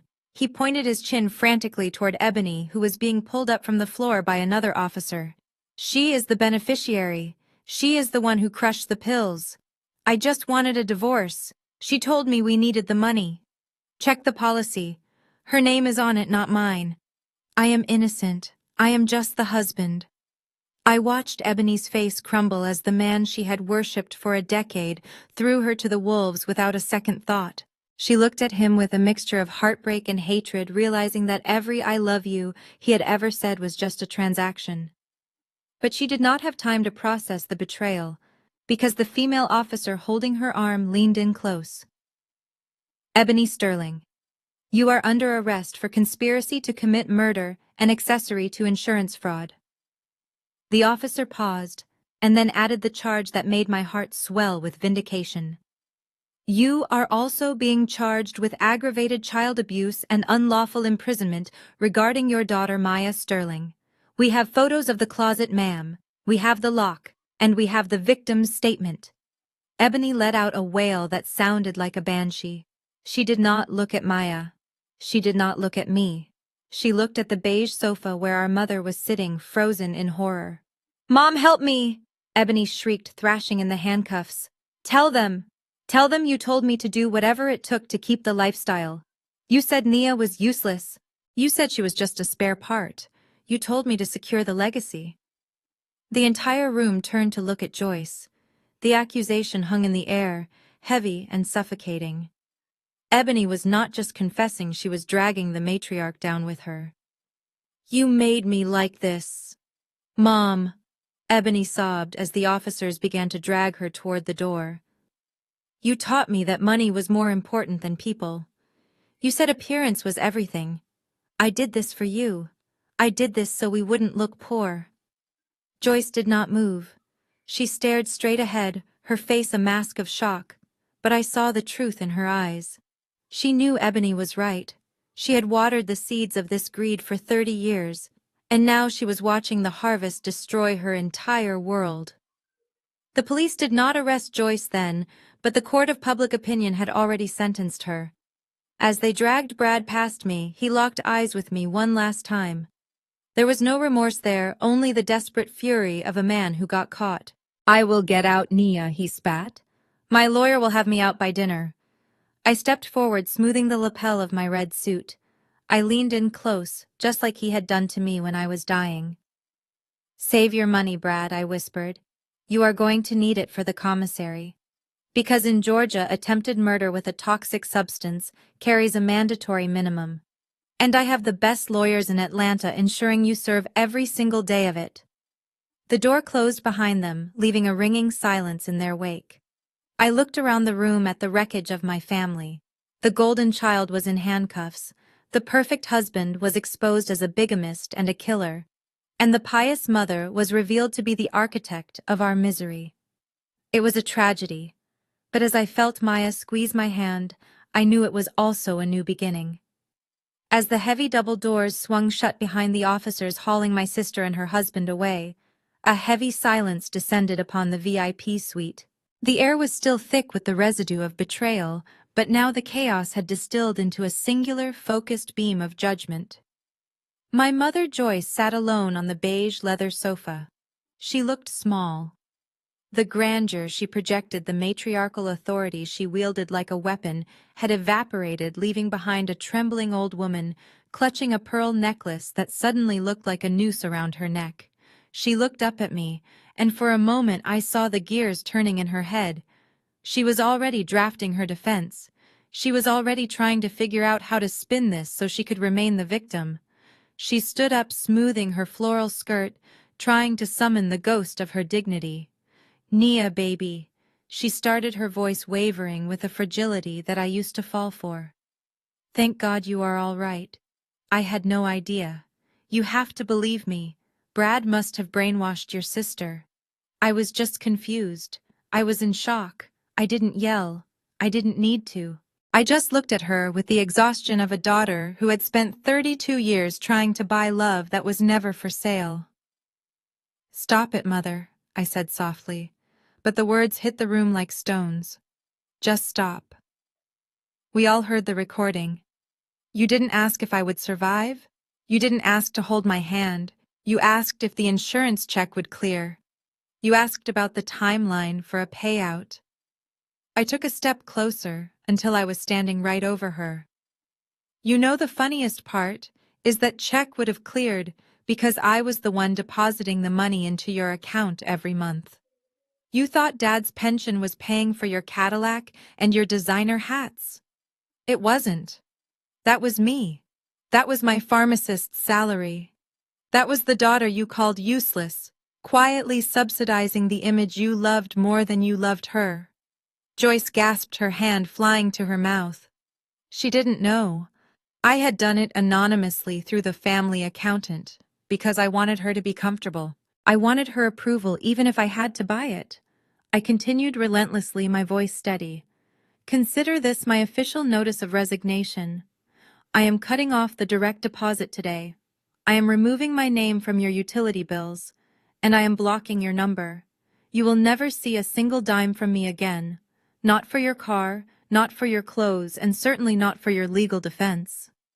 I turned to Pastor Jenkins, who was standing by the window looking at Joyce with a sorrow that was far worse than anger. "Pastor, I think you might need to find a new head for the building committee," I said. "My mother has some financial restructuring to do. And good luck with that leaking roof, Mother. Maybe you can pray for a tarp, because that is all you can afford now." The pastor nodded slowly, adjusting his collar. "Sister Joyce," he said, his voice heavy with finality, "I think it is best if you step down from your duties until you have made right with God. We cannot have this kind of spirit leading the flock." He walked out of the room without looking back. The aunts and cousins followed him, filing past Joyce without saying a word. That was the moment Joyce truly died, not physically, but socially. The community she lived for, the reputation she would kill for, had just excommunicated her. In the weeks that followed, the fallout was swift and brutal. With Ebony facing serious felony charges and Brad's assets frozen by the federal authorities, the financial burden of their defense fell on the only person left: Joyce. She tried to reach out to me, sending letters begging for help, claiming she was going to lose the house. I returned every single letter unopened. I heard through the grapevine that the bank foreclosed on the family home, the sprawling estate she used to lord over the neighborhood. She had to sell everything, the antiques, the jewelry, the furniture, just to pay the retainer for a lawyer who couldn't even guarantee Ebony a plea deal. The community she sat atop of turned their backs on her completely. No one sat next to her in the pews, no one invited her to brunch. She became a pariah, a ghost haunting the edges of a society she used to rule. She ended up moving into a small one-bedroom apartment on the south side of town, far away from the country club. She is alone now. She has no golden child to brag about because Ebony is awaiting trial. She has no scapegoat to abuse because I am free. And she has no audience to perform for. She wanted a legacy, well, she got one. She will be remembered forever, not as the saint she pretended to be, but as the mother who tried to sell her daughter's life for a renovation project. And that is a price she will be paying until her last breath. The weeks following the arrest were a blur of depositions and court hearings, but for the first time in my life, the legal system moved with a speed that felt like divine intervention. With the mountain of evidence we had collected, the family court judge did not hesitate. The photos of the closet, the audio of the threats, and the toxicology report painted a picture of a home that was nothing more than a torture chamber. I stood before the judge holding Maya's hand and presented the petition for emergency custody. When the gavel came down, granting me full guardianship, it was the most beautiful sound I had ever heard. Maya did not just get a new guardian, she got her life back. We walked out of that courthouse, and the first thing she did was ask for ice cream, a simple request that she had been too terrified to make for 4 years. While the criminal case was building against my sister and her husband, their financial house of cards collapsed completely. The bank did not wait for the trial to conclude. They initiated foreclosure proceedings on the mansion immediately. The house that Ebony had committed crimes to keep was put up for auction on the courthouse steps. It was a humiliating public end to their charade of wealth. But I wasn't just watching from the sidelines. I formed a limited liability company with a nondescript name and sent a representative to the auction. Because the house was tainted by the scandal and the market was soft, I managed to acquire the property for pennies on the dollar.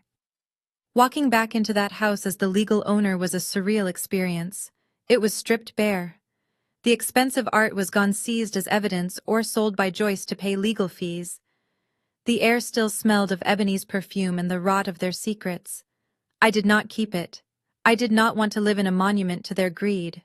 I hired a staging company, painted over the beige walls with bright, happy colors, and flipped the property within 30 days.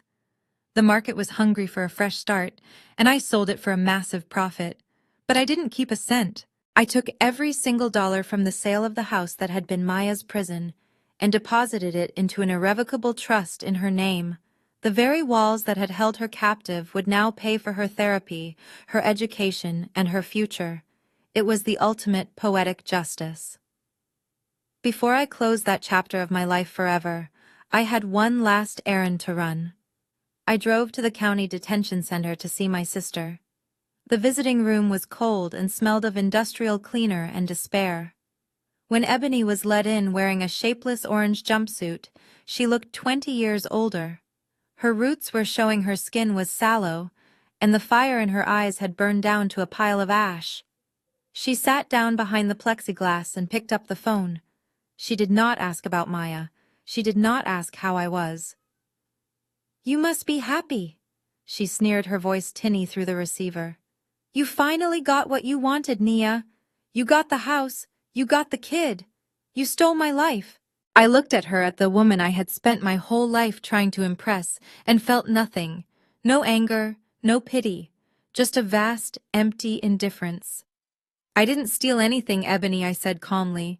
"I picked up the pieces you threw away. You had a beautiful daughter and you broke her spirit. You had a loyal sister and you tried to kill her. You had a home and you turned it into a crime scene. You did this to yourself because you were so terrified of being ordinary that you became a monster." Ebony slammed her hand against the glass. "I was the special one," she hissed. "I was the one Mom loved. You were just the boring pharmacist. You were nobody." I stood up, smoothing the front of my dress. I realized then that she would never understand. She was trapped in a prison of her own making, long before the handcuffs went on. "You are right, Ebony," I said, leaning close to the glass. "I was the boring one. I was the one who followed the rules, who saved her money, who loved her family. And you always hated me for it. You didn't try to kill me for the money. You did it because you were jealous. jealous of what she spat. I looked around the gray room at the guards at the heavy steel doors. You were jealous that I didn't need to pretend, I said. And now you can sit in this cell and be jealous of the one thing you can't buy and you can't steal, my freedom. Enjoy the next 20 years, Ebony. I have a plane to catch. I hung up the phone and walked away, leaving her screaming silently behind the glass. I walked out of the jail and into the bright Atlanta sun, taking the deepest breath of my life. 1 year has passed since I walked out of that county jail, leaving my sister screaming behind the glass, and today, the only glass between me and the world is the window of a small, bustling cafe in the Marais district of Paris. The air smells of roasted coffee beans and fresh rain on cobblestones, a stark contrast to the antiseptic sting of the hospital trauma room where my old life ended. I sit back in the wicker chair and watch the girl across from me marveling at the transformation that 12 months of freedom can bring. Maya is unrecognizable. The pale, frightened child who hid in closets and communicated with silence is gone. In her place is a 9-year-old girl wearing a red beret at a jaunty angle, waving her hands animatedly as she speaks to our waiter. She is not just speaking, she is commanding the conversation with a confidence that makes my chest swell with pride. Je voudrais un croissant aux amandes et un chocolat chaud, s'il vous plaît, she says. Her French accent nearly perfect thanks to the immersion school she has been attending for the last 6 months. The waiter smiles, charmed by her energy, not knowing that just a year ago this vibrant child was terrified to make a sound for fear of being locked away in the dark. Watching her, I feel a lump form in my throat, but for the first time in years, it is a lump of gratitude, not fear. We used the money from the sale of the house, not just for therapy, but for experiences. We traveled to places where no one knew our names. We stood on top of mountains and swam in oceans. We learned that the world is vast, and that the cruelty of 3 people in Atlanta is nothing compared to the beauty that exists elsewhere. The irrevocable trust I set up ensures Maya will never have to depend on anyone for survival ever again. She is safe, she is loved, and most importantly, she is loud. Sometimes in the quiet moments before sleep, I think about the people who tried to destroy us. I think about Brad sitting in a cell in Georgia, owing debts to society that he can never pay. I think about Ebony growing old in a prison jumpsuit, her beauty fading without an audience to validate her. I think about my mother Joyce sitting alone in her small apartment, scrolling through old photos of a life she gambled away for the sake of appearances. They are ghosts now. They are merely the villains in a story we have finished writing. They exist only in the past tense while we are living furiously in the present. People often ask me how I stayed so calm that night in the hospital, how I managed to lie on that bed and play dead while they plotted my demise. They wonder how a quiet pharmacist found the strength to dismantle a lifetime of abuse in 24 hours. The answer is simple. They mistook my silence for submission. They mistook my kindness for stupidity. They looked at me and saw a victim because that is all they were capable of seeing. I looked directly into the camera lens, breaking the fourth wall one last time to deliver the truth that saved us. They thought the silence was weakness. They thought my loyalty was a defect they could exploit. But they forgot one crucial thing about who I am.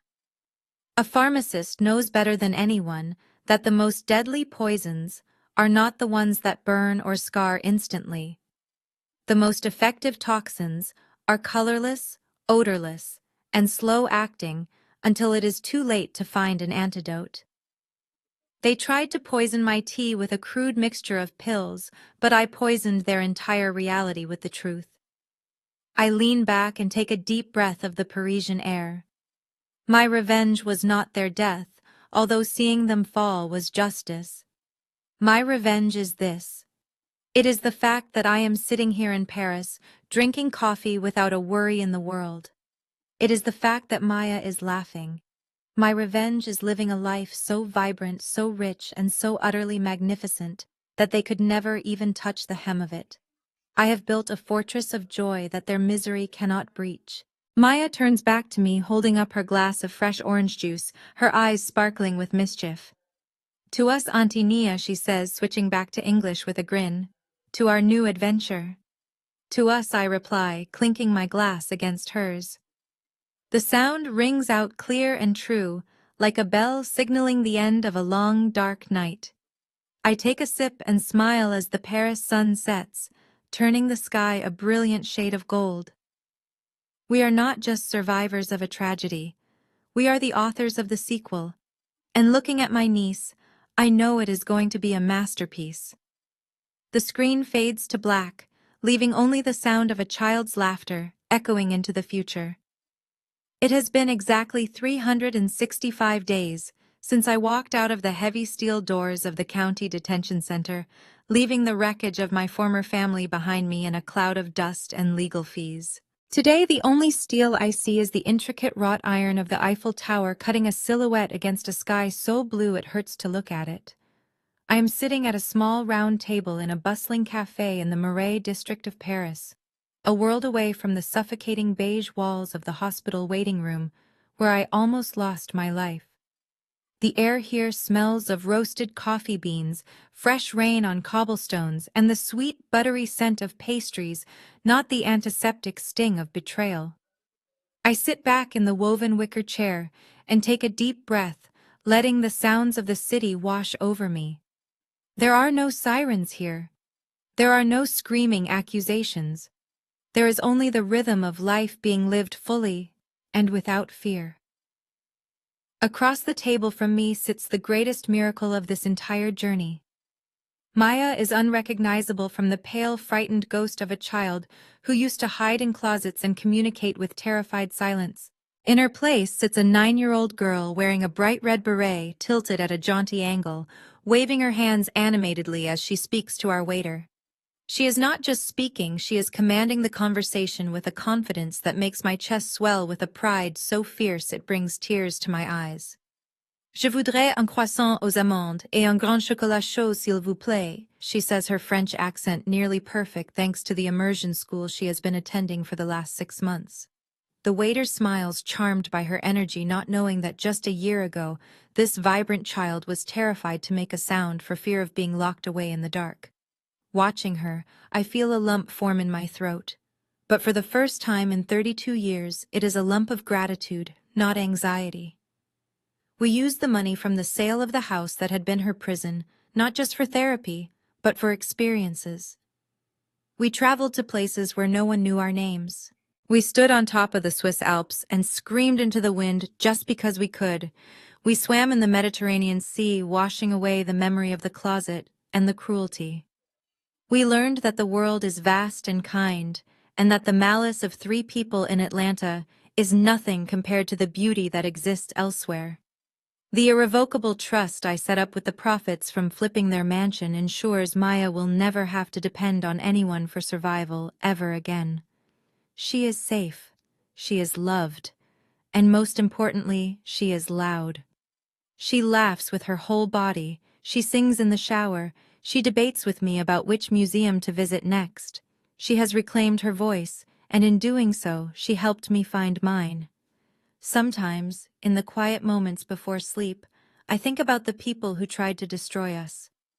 They feel like characters in a book I read a long time ago, distant and fading. I think about Brad sitting in a cell in Georgia serving the first year of his 20-year sentence. I imagine him staring at a concrete wall owing debts to society that he can never pay, stripped of his arrogance and his false status. I think about Ebony growing old in a prison jumpsuit, her beauty fading without an audience to validate her. I wonder if she still thinks she was the golden child now that she is just another inmate number. And I think about my mother Joyce, sitting alone in her small one-bedroom apartment, scrolling through old photos of a life she gambled away for the sake of appearances. They are ghosts now. They are merely the villains in a story we have finished writing. They exist only in the past tense, while we are living furiously in the present. People often ask me how I stayed so calm that night in the hospital, how I managed to lie on that bed and play dead while they plotted my demise. They wonder how a quiet pharmacist found the strength to dismantle a lifetime of abuse in 24 hours. The answer is simple. They mistook my silence for submission. They mistook my kindness for stupidity. They looked at me and saw a victim because that is all they were capable of seeing. They did not understand that when you spend a lifetime on the sidelines, you see everything. You learn the patterns. You learn the weaknesses. I looked directly into the camera lens, breaking the fourth wall one last time, to deliver the truth that saved us. They thought the silence was weakness. They thought my loyalty was a defect they could exploit. But they forgot one crucial thing about who I am. A pharmacist knows better than anyone that the most deadly poisons are not the ones that burn or scar instantly. The most effective toxins are colorless, odorless, and slow-acting until it is too late to find an antidote. They tried to poison my tea with a crude mixture of pills, but I poisoned their entire reality with the truth. My revenge was not their death, although seeing them fall was justice. My revenge is this. It is the fact that I am sitting here in Paris drinking coffee without a worry in the world. It is the fact that Maya is laughing so hard she has whipped cream on her nose. My revenge is living a life so vibrant, so rich, and so utterly magnificent that they could never even touch the hem of it. I have built a fortress of joy that their misery cannot breach. This freedom is the poison that will eat away at them while they rot in their cells and their empty apartments, knowing that the scapegoat and the mute girl are winning every single day.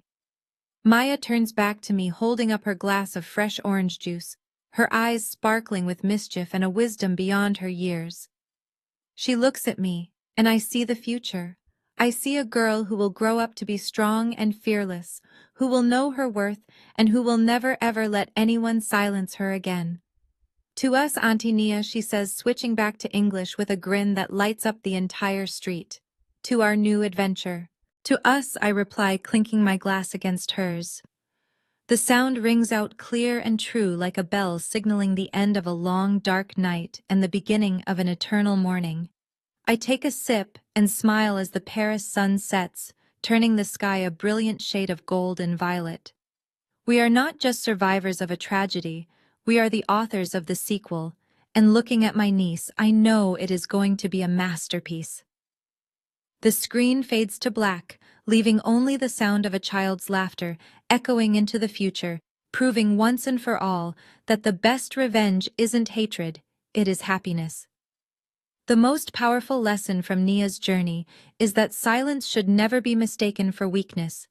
True strength isn't about who shouts the loudest, but who observes the closest. When toxic family members underestimate your worth, they unknowingly hand you the very weapons needed to defeat them. Nia proved that the ultimate revenge isn't hatred or cruelty. It is the radical act of reclaiming your freedom and building a life of joy they can no longer touch. Your peace is the poison that destroys their power over you. If this story resonated with you, please hit the like button and subscribe for more tales of justice. Have you ever had to cut ties with family to save your own peace? Share your story in the comments below. I read every single one.